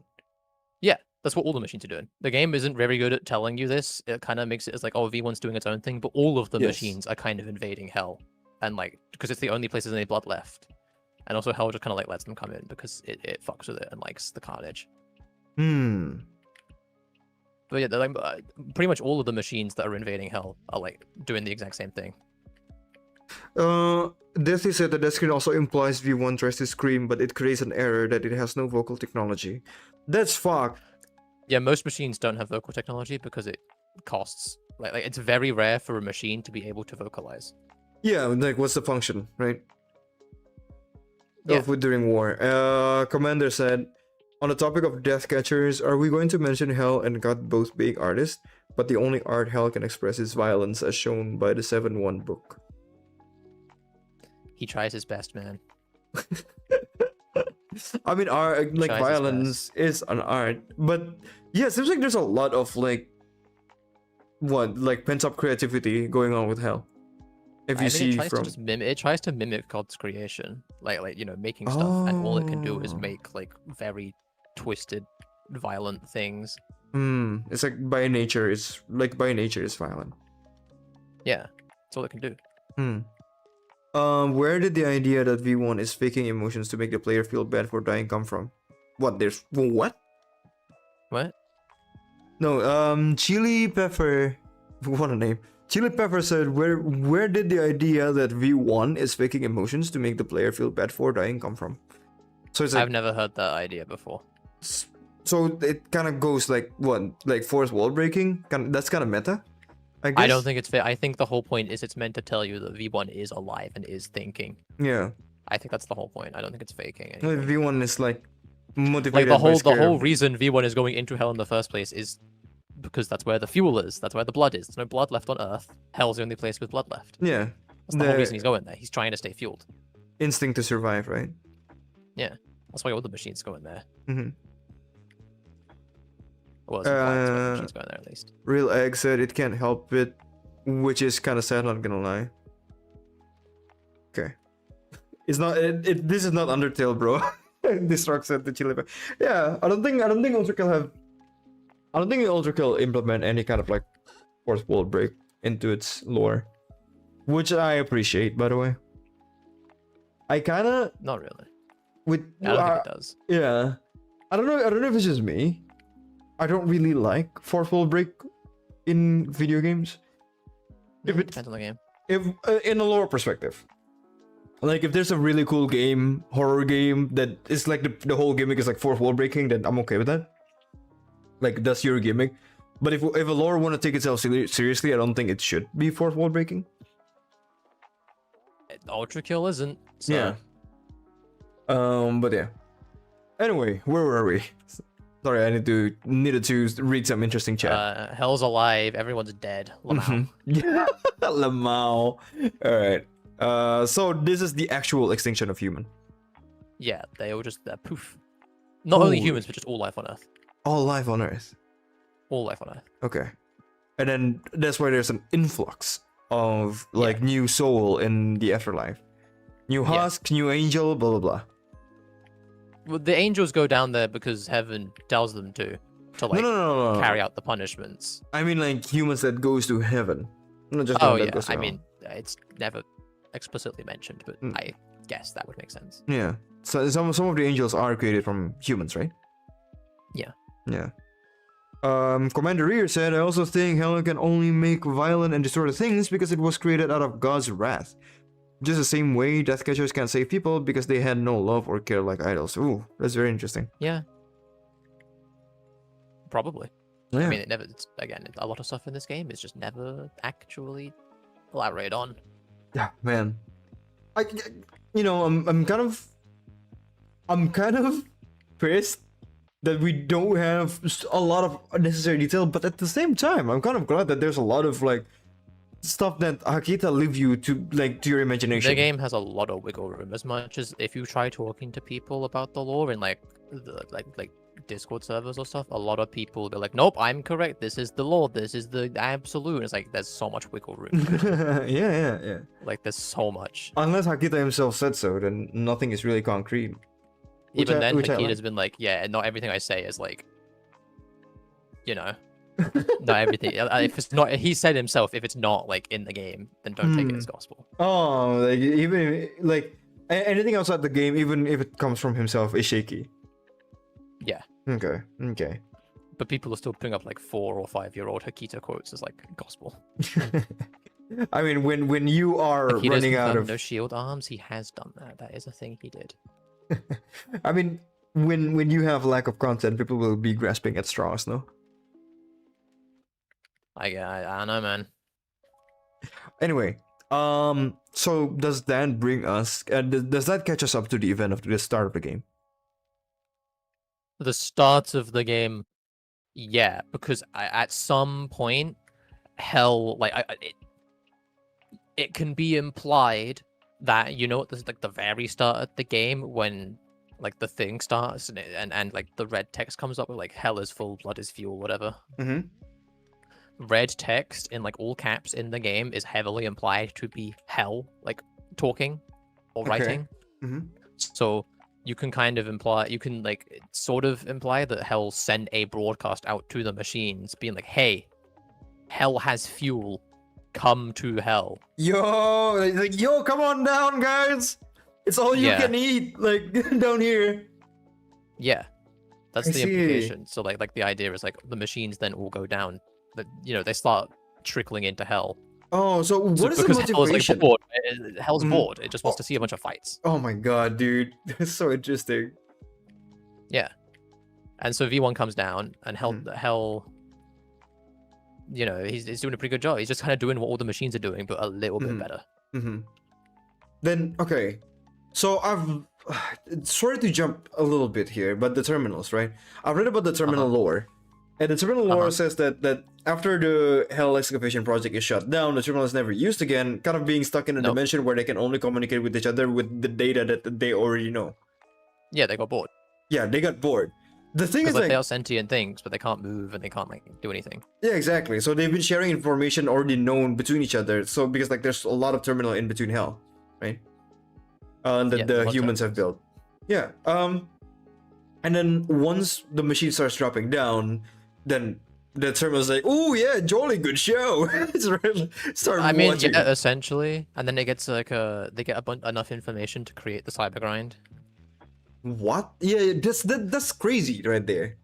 The cyber grind is made by the terminals. It's like a virtual like fighting space. Yeah.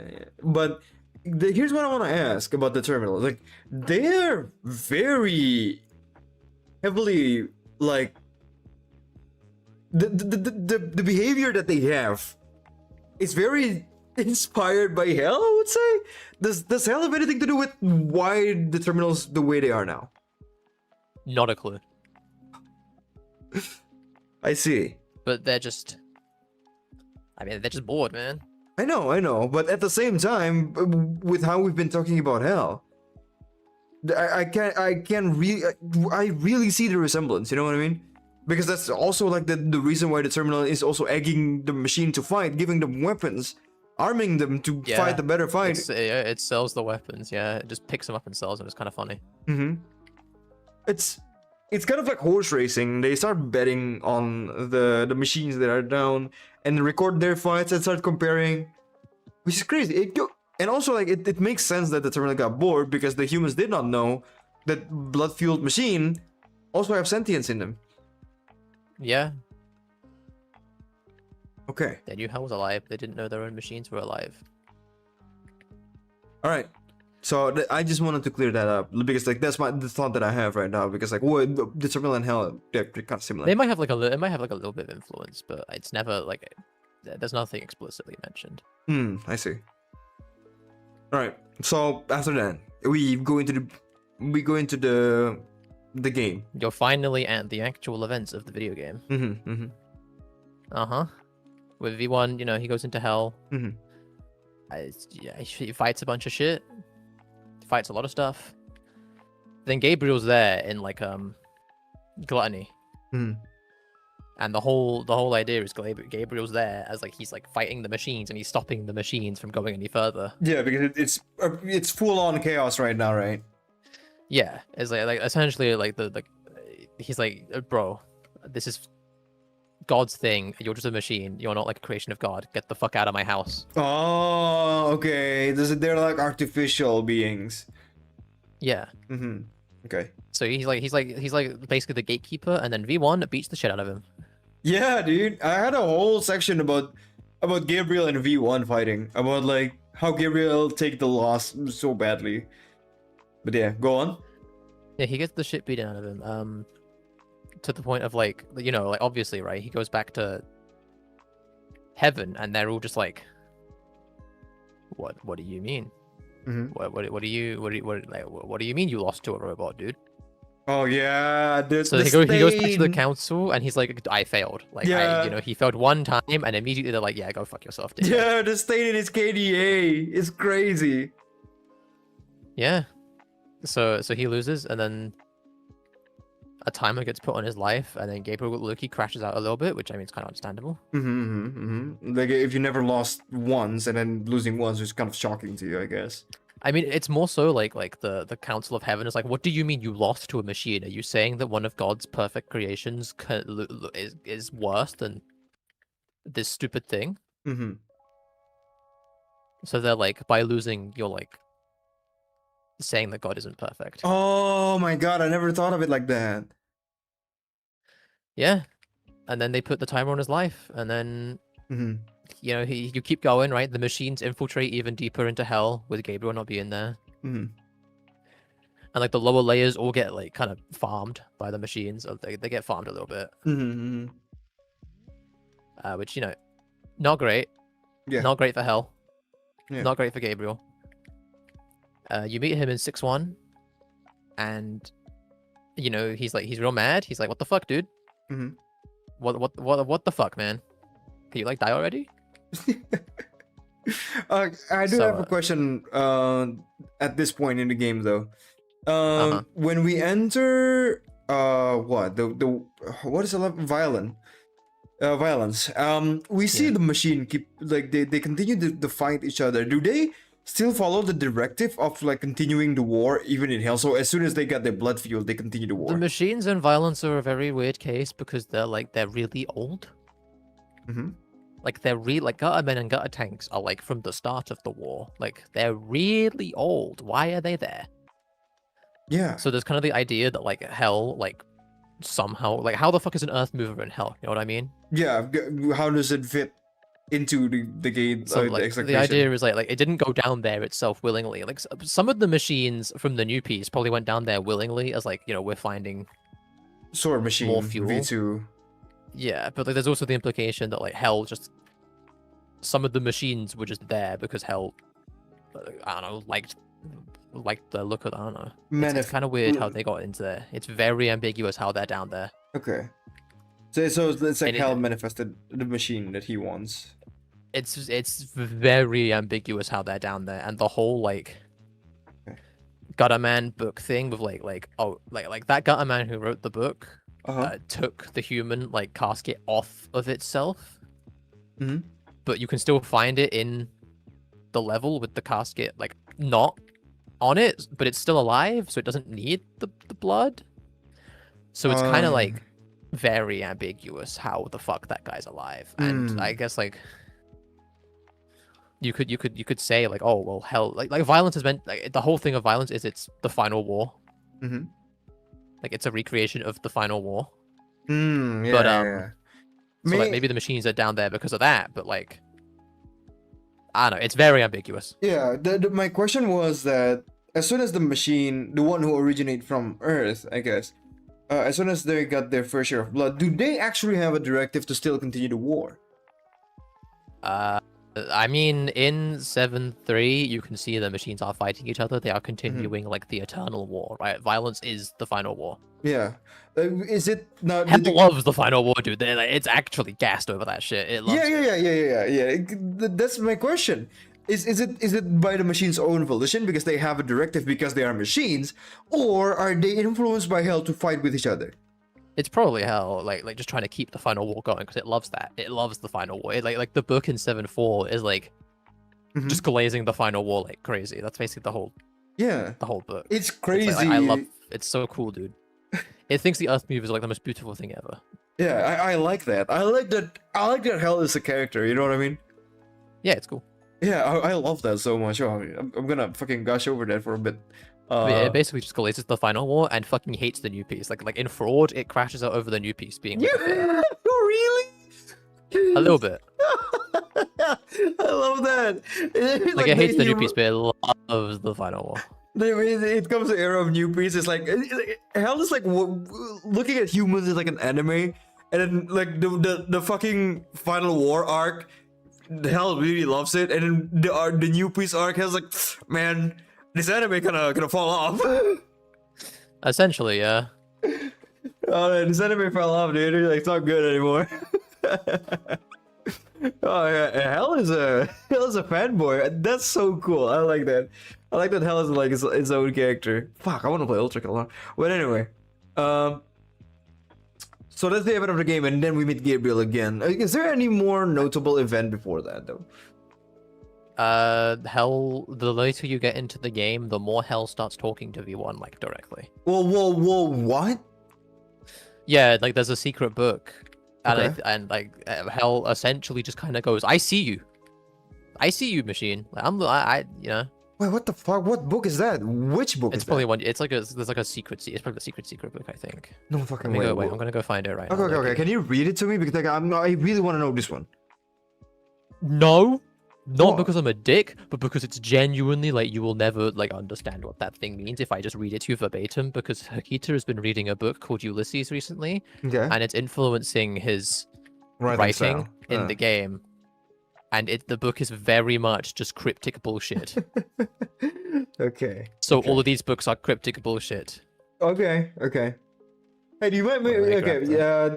You know, out of topic a little bit. Do you mind me taking, not taking, but essentially, do you mind if I watch your content in order to, you know, as a source material for my lore video? I mean, if you want, I don't know, free money, dude. Yeah. Thank you so much. The text is made of philosophy. Yeah, look, it kind of is. That tech is made of philosophy. What? Yeah, it's some bullshit. What is Okay. it? It says literally, "I see you, son of soul. Son E.T. of yearn for more, soul? until all that remains is knowledge that this was all your fault." And it's like, son of soul is like, you know, son of like creature with a soul, right? Man has soul. Okay. V1 is a machine, the son of the thing with soul. And it literally tells it, eat all the blood until there's nothing left, and just let it be known that it was your fault that there's nothing left. Dude, what? That's so metal. Not like entirely V1, but more so like it could be implied Talking that it's about, like, talking machine to in V1 general. directly, or it's talking to just machines in general. But yeah, it says that. I mean, I would like to believe that Hell is kind of fanboying over V1. I mean, Hell loves like the machines invading. Come on down, guys. The water's fine. Holy shit! But you said that it's kind of cryptic and philosophical, the wording that Very. Nikita used. But at the same time, I actually do like. I think it makes sense, you know, that Hell would speak in that kind of It does. It's pattern. very cryptic. Yeah, it's befitting of something. Hell also of that loves being. Lucifer, by the way. It literally says Lucifer, my love, but you know. I mean, like, do you think Lucifer, after being cast down to hell by God, has undergone like a character transformation, like a character arc? I feel like Hell probably just loves the fact that like one of God's brightest and most beloved angels has been given to it, just for like do whatever the fuck it wants with it. Oh man, I can't wait. I can't wait. But yeah, okay. Continuing on the event of the game. There's not a ton more because like the game's not done. Okay. Yeah. No. I mean, like we left off as V1 meet Gabriel again, the rematch. Yeah, V1 meets Gabriel again, and then they, you know, they have a scrap. You know what I mean? Mm-hmm. Bit of a fight. Mhm. In Act 2, and Gabriel's like, "Shit, man, I lost again. Wait a minute." Maybe like, and he starts to like reconsider, like maybe he's like not been doing the right thing. Oh, I thought it was like, am I? Maybe because Is like this skill issue? like his faith in God is like shaken because he's supposed to be God's perfect warrior, Yeah. and he's losing to this random fuck ass machine. He's God's perfect boy. How could he lose? Yeah, so he's like, wait a minute, like maybe the council isn't like doing what God wanted. Maybe maybe I'm in the wrong, and he slimes the council. The whole thing. The whole thing. Quite the 180. Yeah, he slams the whole thing, displays that he killed them to everyone in heaven, and then just fucks off. Yeah. Like, he's disappeared. Which led me to And believe all that of heaven is now trying to find him. Which led me to believe that we will fight Gabriel again later on. Oh yeah, absolutely. Gabriel's gonna be the final boss of the game. But at the same time, I do have to say that I think that character development from Gabriel is not out of nowhere. No, it's not. I mean, he literally, you know, gets his shit rocked twice. Yeah, but also, like, we've been also hearing kind of like for the first time, he started enjoying violence for the sake of violence on his own. During the fight. Like, I mean, once he's put up in the challenge like that. He's never tasted like defeat. Yeah, but no, like the first fight the first fight he never takes a defeat, but the second fight he started enjoying the fight for himself, right? Yeah. For He's me, like, wait a minute, I'm having like this is cool. Yeah, for me that's also like where the seed of individuality start forming. Like he's fighting not for the sake of like he's enjoying the fight, not because it's his job to do, but he's actually fighting, you know, like a challenge. The enjoyment does not come from the fact that it's a job. The enjoyment comes from him fighting a worthy opponent, and that's kind of like more personal, more individualistic, I would say. Yeah. That's a pretty cool interpretation of it. That's my interpretation. I mean, he's basically been a puppet his entire life, like a puppet exactly. of God, a puppet of the council. So you know. Yeah, that's what I said. Like, the first time, like probably he was fighting motivated by his love for God, right? Like obedience and loyalty and whatnot, because like, he's the extension of God's will. But even after God is gone, he's following the order of the Council of Heavens, which is not God and is not as absolute as God, but he still follows them because like I guess like with how things turn out, they are currently the one reigning over heaven. They are essentially now God. Yeah, exactly right. But also at the same time, Gabriel, I would say, character-wise, I would say that Gabriel had been having doubt ever since God went missing that the council is supposed to be there, but he got no other choice than to follow because essentially his life is on their hand, right? Because of the light of God. And I don't think he. I think he had like turbo faith in them, and then his faith starts to be shaken when he starts losing to V1. Oh really? And he's like, wait a minute. Like, whoa, hang on a minute, slow down. I just lost one, and you guys, like, you guys are this upset about it, like. Yeah, and he thinks this is like, and then he loses again, and he's like, wait a minute, I'm not supposed to have lost once. Why have I lost twice? Maybe I'm wrong. Mm-hmm. Yeah, but the thing is, like, I think during the fight with V1, during the rematch with V1, the fact that he's enjoying the fight is where his individuality starts forming. Yeah.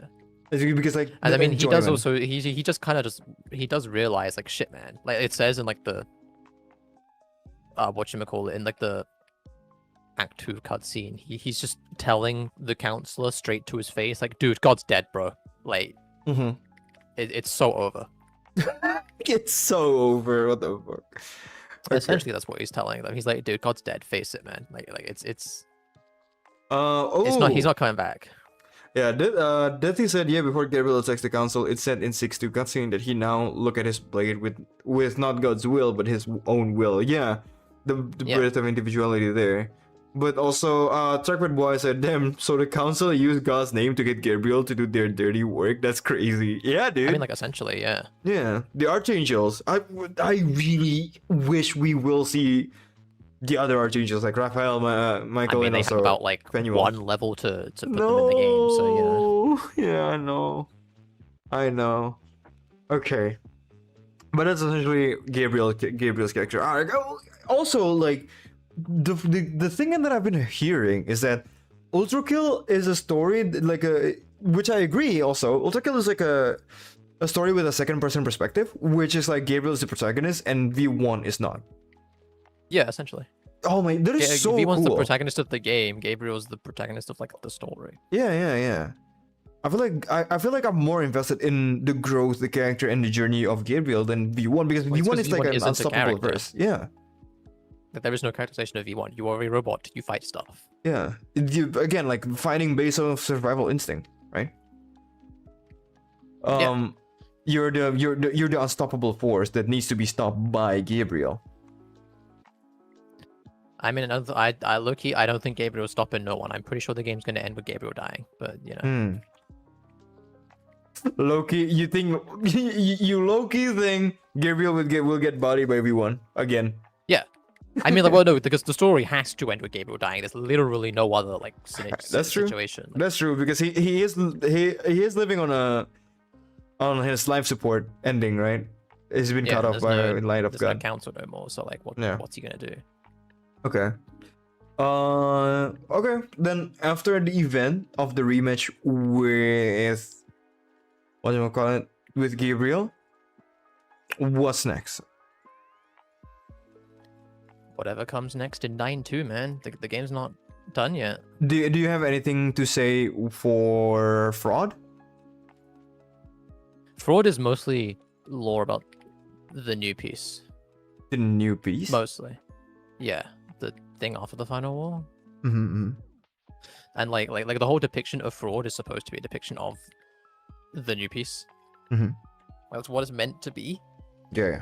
There's a bunch of like really weird shit with like Fraud shifting and turning and no one actually knowing what the punishment of Fraud is, and the Mirror Reaper is the only known husk in Fraud.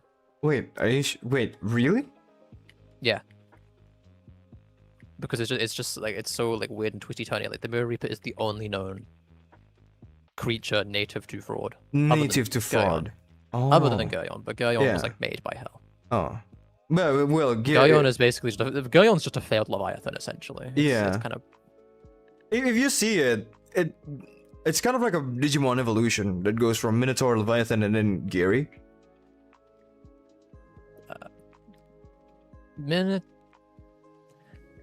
Minotaur's different. Leviathan and Guryon are designed as like, let's put multiple bodies into one. Multiple like dudes into one body. Oh damn. Guryon is like the first attempt at that. Okay. And it doesn't really work, like at all. And then Leviathan's the second attempt that does work. Yeah, if I remember from the terminal, Garyon is like, it's like multiple consciousness in one body, right? Yeah, but like none of them can communicate at all. Holy shit! What? Yeah, I thought they can. No, that's crazy. That's crazy. So they just learn how to control the body just over like thousands of years. Whereas Leviathan is like an actually like, okay, we can talk to each other. Yeah. So Leviathan wasn't Leviathan constructed like accidentally, and Garyon was like a conscious No, effort. no, they're made. both on purpose. Oh, I see. Okay. You know, they're both on purpose. The Death Catcher was an accident. Well, I mean, he tried making something and just made something Oh else by yeah. accident. Well, it is still a conscious effort, but like the outcome is accident. Like it's not supposed to be like that, right? Guryon, no. Guryon was like a failed thing. Then what the fuck is up with like fraud being all space distorted, like or disintegration loop being in the fucking universe? Well, what the fuck is that? I mean, like the planets are meant to represent heaven, like all the different circles of heaven. Mostly, Hakita was like, yeah, that's cool. Mostly, that's That's it. essentially, it's just kind of everything's.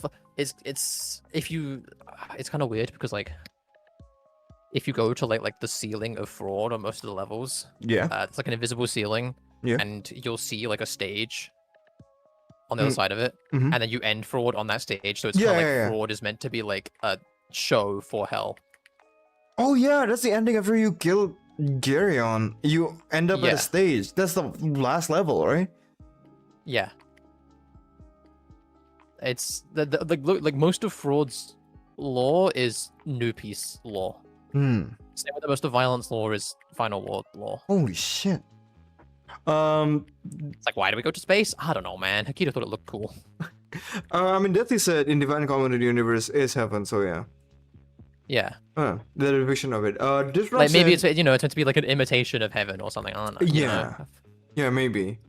This rock said, Linguini, did you hear the theory that Mirror Reaper shape meant to represent Earth Mover because Hell made it like that? The terminal entry says Mirror Reaper shape is twisted in a deliberate fashion. It's twisted in a deliberate fashion, but it looks nothing like the Earth Mover. I mean, it's four-legged and two-armed. That's the only like resemblance I can think of. But I guess. Earth Mover doesn't have two arms. What? Sorry? The Earth Mover doesn't have... Mover, Oh, it only has one arm. You're right. it doesn't even really have an arm. It just kind of has the spear. Yeah, but it's connected by joints that does look like an arm. The only thing that kind of resembles it, it's like the four legs. Also, Mirror Reaper has 4 arms. 4 arms? Yeah. Oh, are you looking at a terminal right now? No, yeah, like it's got 4 arms. Like, I don't know. Right. So then that's it. That's after the event of the game chronologically. Well, yeah, because we don't really know like what happens next. Like, we have no idea what's going to happen to Heaven or Hell or Lucifer or Gabriel or any of the archangels. Okay. Then 2 limbs on each side. It does have 2 weapons each side. Mirror Reaper has a lot of limbs. Is there any leftover like cool lore that you might have not brushed over here? Probably a lot, but there is a lot to the game. the Swords Machine isn't the original. They're all just different clones of the original. Like, try to copy what? it. There's an original Swords Machine somewhere. Uh-huh. Don't know where. Wait, why would they need to clone it? It's just a bunch of different machines trying to be the Swords Machine. Oh, so the Sword Machine is like just one machine. Yeah, there is an Swords Machine, and then all the other ones are just copies. Oh, I mean, yeah, it's the most anime out of all the Sword Machine, out of all the machine. And so, like, everyone else is, every other machine is like, yo, that guy's kind of cool, and try to copy it. I don't know, man, but that's just a thing. Also, the reason the game looks like a PS2 game is because most machines skimp out on optical processing to save power. Yo, no way!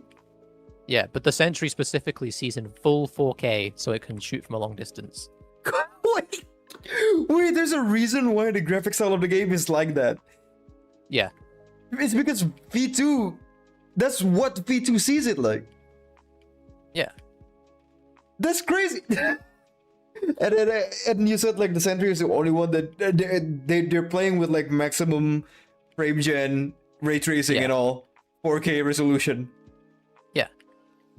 That's insane. most machines can't make noises for the same reason, but some machines can make noises, especially if you look like earlier machines can make Mhm. noises. Mhm. Like gutter men and gutter tanks make noises, but most machines stopped making noises because there was no point. Yeah, And it saves yeah. energy. Yeah, true. We did say that. Theo said, "If you just get angry after a while because you're not dying quickly and because patience is virtue." Oh, that's a cool wordplay. Is that But actually like what? is that confirmed or is that just a theory?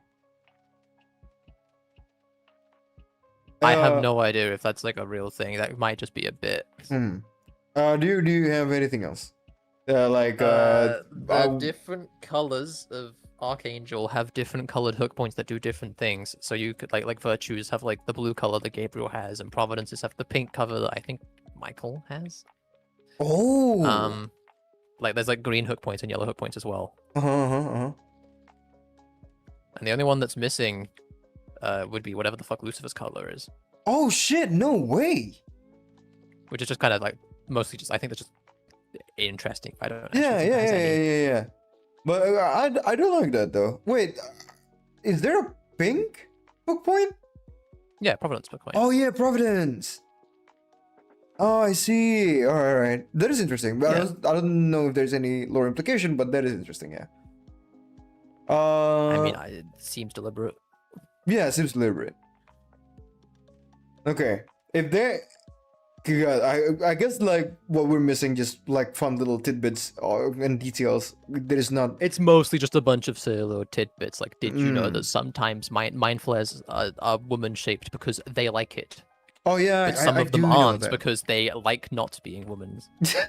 Like they are genderless by default, but some they like the prospect of having No, genders. no, right? they are female by default. Oh, what they are? Like the mind flare itself is just a little like gray bit. The blue bit is just a bunch of plastic it gathered because it likes it. Yeah. Like the body itself is nothing. It's just decoration, right? Yeah.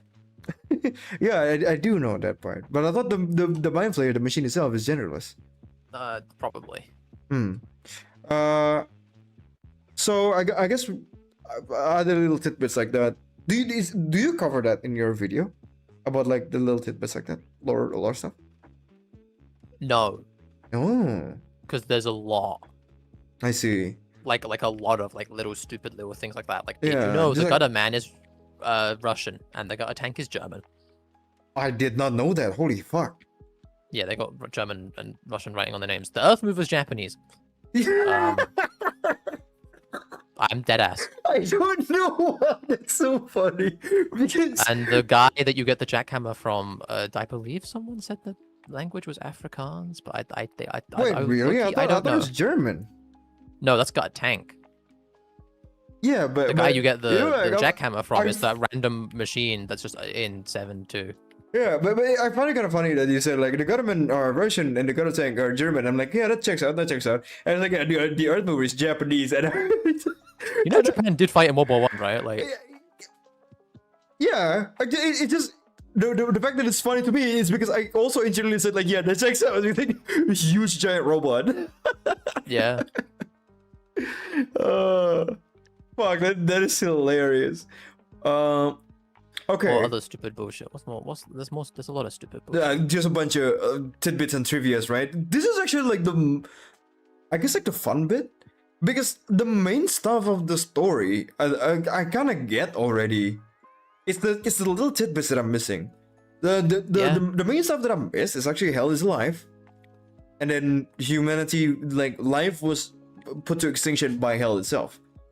Probably. That's the Not thing that I'm missing. confirmed, but like it's probably. Yeah. But I guess like what I'm missing out then is just like little tidbits of fun facts, right?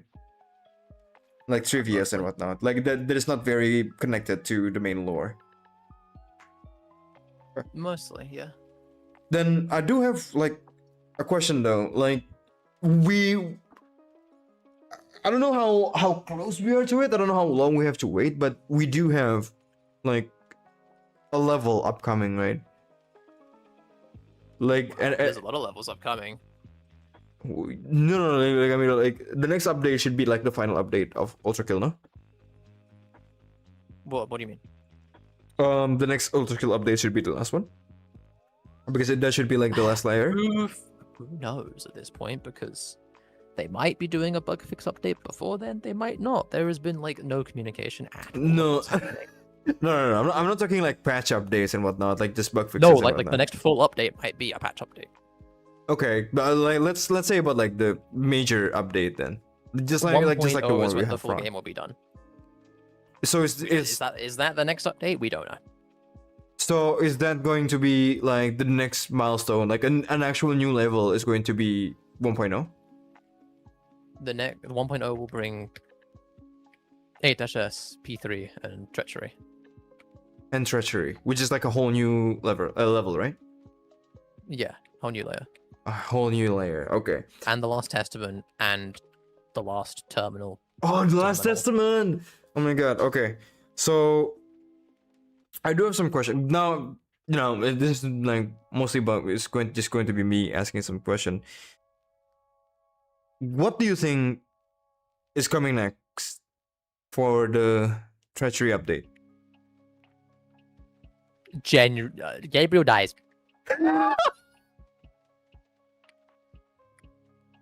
It would be cool if there was some stuff with the Archangels, but they've got one level, realistically, to introduce them, unless they do some bullshit in 9.2, but like, judging by how 3.2 and 6.2 have gone, they have one level. There's P3, who's probably going to be Lucifer. If it's Ulysses, well, fuck me, I guess. Anything else?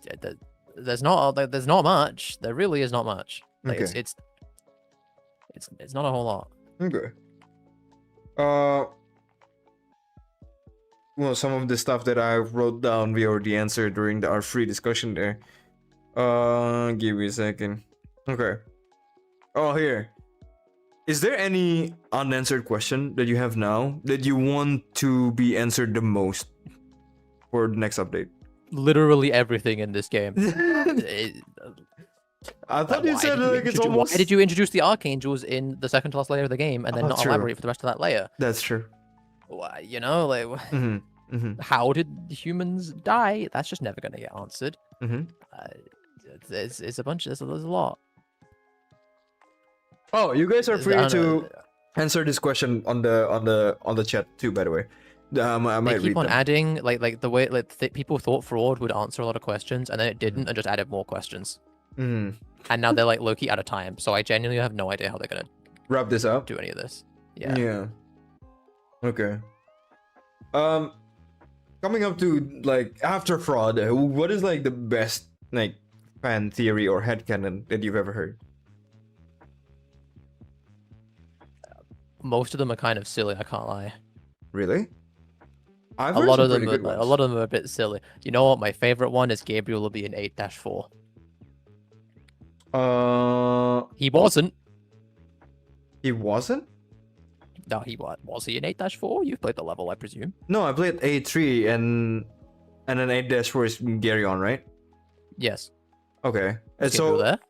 no, it wasn't. No. I mean, for the upcoming one, the fan theory that has not been debunked yet, bro. Oh, there really are not that many of them. Oh, really? There's not that much to fan theorize about at this point. All right. That you have, is it Ulysses or is it Lucifer? That's kind of low-key it. Oh, I see. How is the community on that? Like, which sign are they picking the most? Like Ulysses or? I think most people are probably on Lucifer. Lucifer? I mean, it just makes more sense. Like Ulysses was mentioned once in some random double secret book. Lucifer has been mentioned twice. Oh, that's true. That's true. Yeah, and also Lucifer is in the Testament, which is pretty important, I think. And also, he's just like a more well-known character. True. That is true as well. Okay. Can you? I think it would be silly if it was Ulysses. Okay. One last one before we wrap this up, then, if you don't mind. What would be your craziest prediction for the next update? That it works.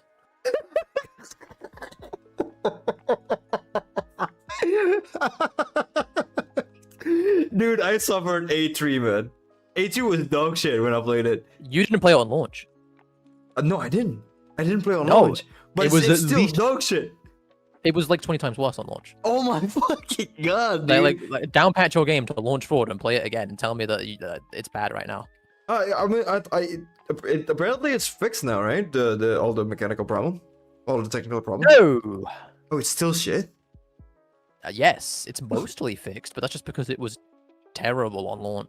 Oh man, well, I Like, was still having like really FPS bad. problem. Holy, yeah, I did have like a really bad experience, especially on this integration loop A3. Yeah. Because of the FPS drop. Holy fuck, man. It was Imagine so that, but frustrating. like 20 million times worse, and that was launch. I can't even. But yeah, that's it for me. Do you have anything else to tell me like that is important to the lore, or just you in general? Anything else you want to say to me, to the lore, or to the people we have in chat? God damn, I hope 1.0 isn't like fraud. Dude, me too, man. Me too. But anyway, thank you so much, Linguini. I really appreciate you being here, man. Hey man, I had nothing bad to do. I hope you enjoyed your time as much as I did. No, it was fine. It was good.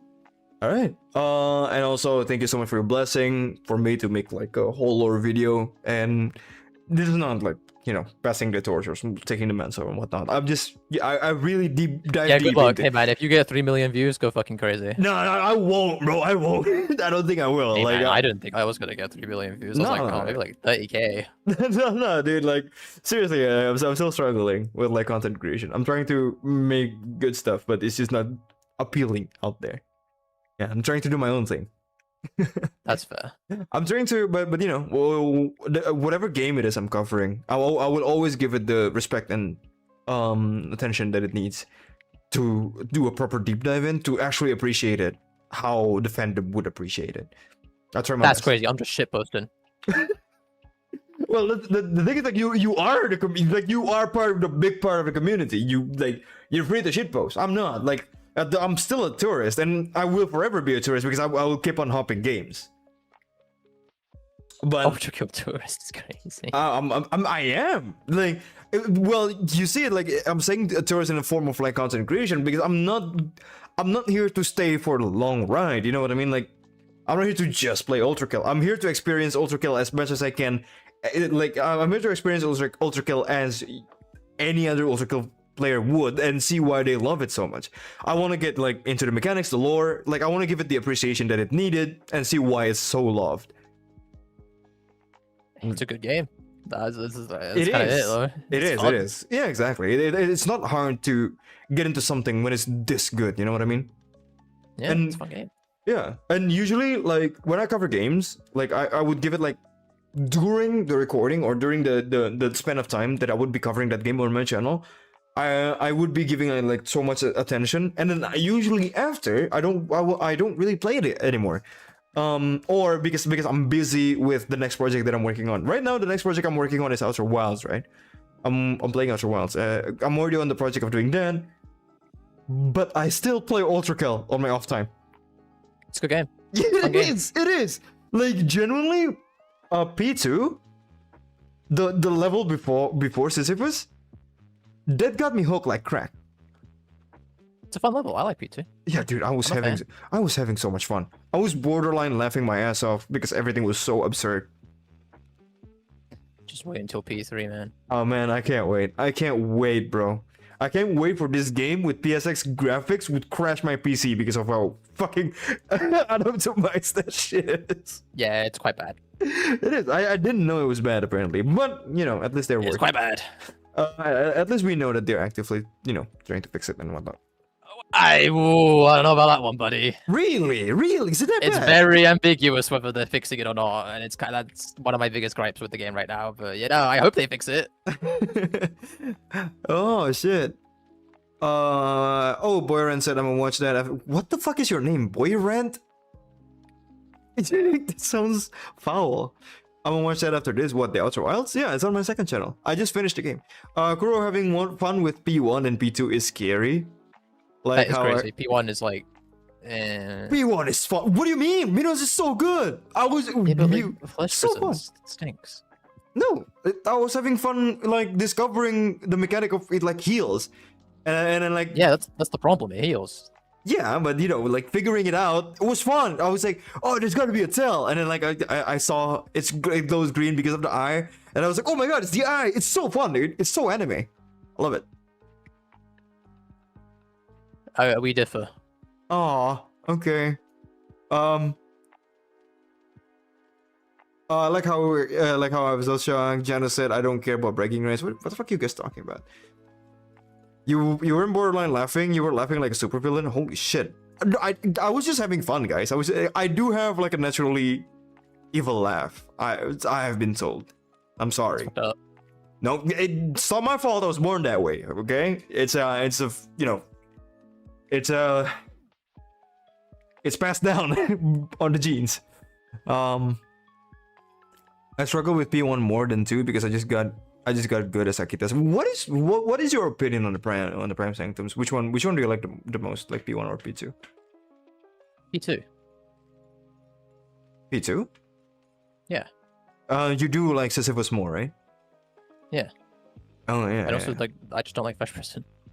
Oh, well, what's the difference with the Flesh Panopticons then? You don't have to fight it. It just kills itself. You do have to find it somewhat at the beginning. No, it just kills itself. Eh? Yeah. Flesh Panopticon, yeah, just leave it for a bit and it'll die. Really? You just need to evade until like Yes. Sisyphus comes out on his own? Attacking it speeds it up. Oh, I see. I did not know that. Yeah. Okay. That's what the little yellow bar below its health is.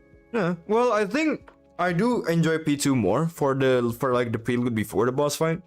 Like I would rather do the P2 level compared to like the Flesh Prison. I don't think Flesh Prison is bad. I do still think it's fun, but the P2 level is just fucking amazing. I love that. I like the level. It's a good level. Arleno, hello. First time catching you live. Okay, but yeah. Hello Arleno. By the way, Linguini, thank you so much for coming. Do Hi. you have anything else to say? I've been playing Black Mesa this whole time. Do you enjoy it? Okay. What do you have in plan for the future? Any more ULTRAKILL content, or are you planning on spreading your wings and actually doing something else? Hey man, this game's got like 2 more years of shitposting in it. Mm-hmm. I don't make videos to make content, low-key. I'm shitposting a game I enjoy. Hey, why don't do that and find success in doing it, right? Hey man, ULTRAKILL's pretty easy to shitpost. The community is pretty accepting of shitposts, it seems. Oh, absolutely not. Oh, really? The amount of people who like want me to like die because I make silly ULTRAKILL videos. Oh, yeah. Tell the chat what you told me the first time we talked to each other, by the way. What did I tell you? Okay. Okay, story. So so the way I approach Linguini for this collab, right? I go up to his Discord community and I was like, yo, is there a way for me to, you know, talk to Linguini directly? You know, I think you were a bit cautious of like who I am. I mean, yeah, just I got a bunch of random people. Reasonable. Like it's, you know, internet security and whatnot, right? I'm just a stranger online. And I was like, yeah, I have this idea of collabing, of like having a discussion of like ULTRAKILL lore with you on live stream, and you said it would be cool. And then Linguini said like, are you sure you want me? Because Yeah, dude. because like 90% of the ULTRAKILL lore like player, the lore master of ULTRAKILL, think of me as the lore Hitler or something like Oh yeah, there is a vocal minority, and they are loud. It's so funny, bro. So what the fuck happened? Why people think of you like that? I dared say some things that were a bit wrong. Okay, such as? I don't remember. It's But because it's basically it's mostly okay. because that video. Yeah, it's mostly because that video got big. It's okay. It's a safe space. You can tell us. But I don't remember. It was like years ago. Okay. Alright, no problem. Do you think if I make like a lore video, I would also be deemed ULTRAKILL lore Yes. Hitler? Like immediately, yeah. Oh man, I'm so They just ready. hate that. Low-key, there's a very like loud subsection of the community who just despises anyone who makes a video on the game. Oh, I'm so Anyone. ready, It bro. it doesn't matter what you do. I'm gonna throw hands. I'm gonna throw hands, bro. I mean, yeah, I low-key rage bait them all the time, but yeah. Oh man, I think I feel like you're a good rich baiter though. If I want to be. I can smell it. I can smell one. Oh man, but this has been fun, Nguni. Thank you so much for being here. I really appreciate your time. I know that you have like some people coming over, and for you to be willing to take the time is really It's nice. fine. They're not here yet, so like, it's fine. And also, fucking time zone difference is really a kick in the nuts. A little bit. It's like the Um, middle of the afternoon for me right now. It's not that bad. what video are you working on right now for the future? If you're willing to Whoa, tell the whoa, chat. whoa! Working on anything? I'm not working on nothing. Dude. I don't work on anything. Oh, you're working on your what? Call it. When I make videos, it's usually, that seems funny, and then I play the game for 20 minutes, and then like I render it. Mhm. There you go. Oh man, I wish, bro. I wish. Took me like a whole week to make one video. I mean, I've done it a few times. I just don't like editing, so I don't. No, I do like editing. Well, then, good for you. I don't, so I don't do it. Well, that's true. All right. Well, this has been fun. Thank you so much, Linguini, for the time. It's no problem. I hope this is not the last. I hope if there's any more Ultra Kill stuff that I can, collab more. This has been fun. Yeah. All right. Guys, say thank you to Linguini. Say bye to Linguini. You guys probably will see him more. Oh, and check out. I mean, I don't need to tell you guys to check out his channel. His channel. You guys are probably, all of you probably know Linguini's channel at this point, right? Like, what's the point? But This yeah, is just because I'm like a. that's true. You are. But if you do have like a video coming out, if you want to promote it here, because like people are here. I have nothing fancy ever. Okay. Okay, fine. All right, Liquidity, thank you so much for your time. I appreciate it, man. All right. Yo, bye. Okay. Bye bye. Yo. All right, now that he's gone. Yo, that was so fun. Holy shit. How do you guys like it? How do you guys like the collab? That was fun. That was a great stream to just sit and listen to while doing stuff. Yeah, right. I really appreciate you guys being here as well. Thank you so much for coming. Why did you delete that message? What? Bye, Kuro, my god. Oh, dude, strike my boy. What the fuck? Thank you. I missed it all. Wait, I thought you were here. It was 9. I was here. Yo, thank you. Thank you. Oh, thank you guys so much for joining in. It was really nice to see all of you here. You guys have been, I like, you guys are really devoted to the game. That even on a lower stream, you guys would show up. I mean, I had to pull some strings to like, bring Linguini into a collab like this. But I really appreciate him taking the time. Obviously, like, well, I don't know if it's obvious, but it still is in college. So like content creation is not his main thing, even though like he's as big as he is. I think it's not his main thing. And I like he's still busy with some stuff, like in real life stuff, and he's still willing to take the time to be here. So I really appreciate that. But do not forget, everybody, tomorrow we also have our next stream, our next guest, which is Broccolite. We are if you guys have been holding back this whole time, for those of you who have been holding back this whole time on backseating me, because I always get mad when someone backseats me, now's the time. Tomorrow is the time. Tomorrow will be backseat Saturday, because you guys can backseat me all you want. Because tomorrow we will have Broccolite coaching me on how to actually get good at Ultra Kill. So don't miss it. It'll be the one stream where I will allow you guys to backseat me, alright? So knock yourself out and have fun. Hold on, let me change the music here. But yeah. I hope you guys do enjoy that though. Again, like I said, I am planning on making some videos out of this, so make sure to say hi for your future self in YouTube and whatnot. Because I will be editing some of this in the video at some point. But other than that, I think that's about it. I think that's about it. Have you tried Brutal Cybergrind by the way, Kuro? No, not yet. Not yet. Is the stream gonna become a video too? Yes. Cucumber. I am going to incorporate some of the stuff that we talked here together with Linguini for the lore video that I'll be making.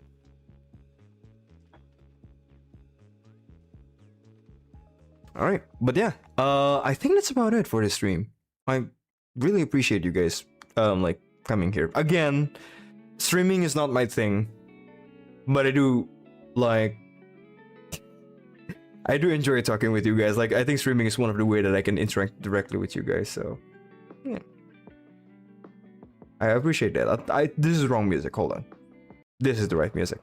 All right, but yeah, other than that, I will see you guys on the next one. Okay. Bye bye everybody. Behave now. Mwah.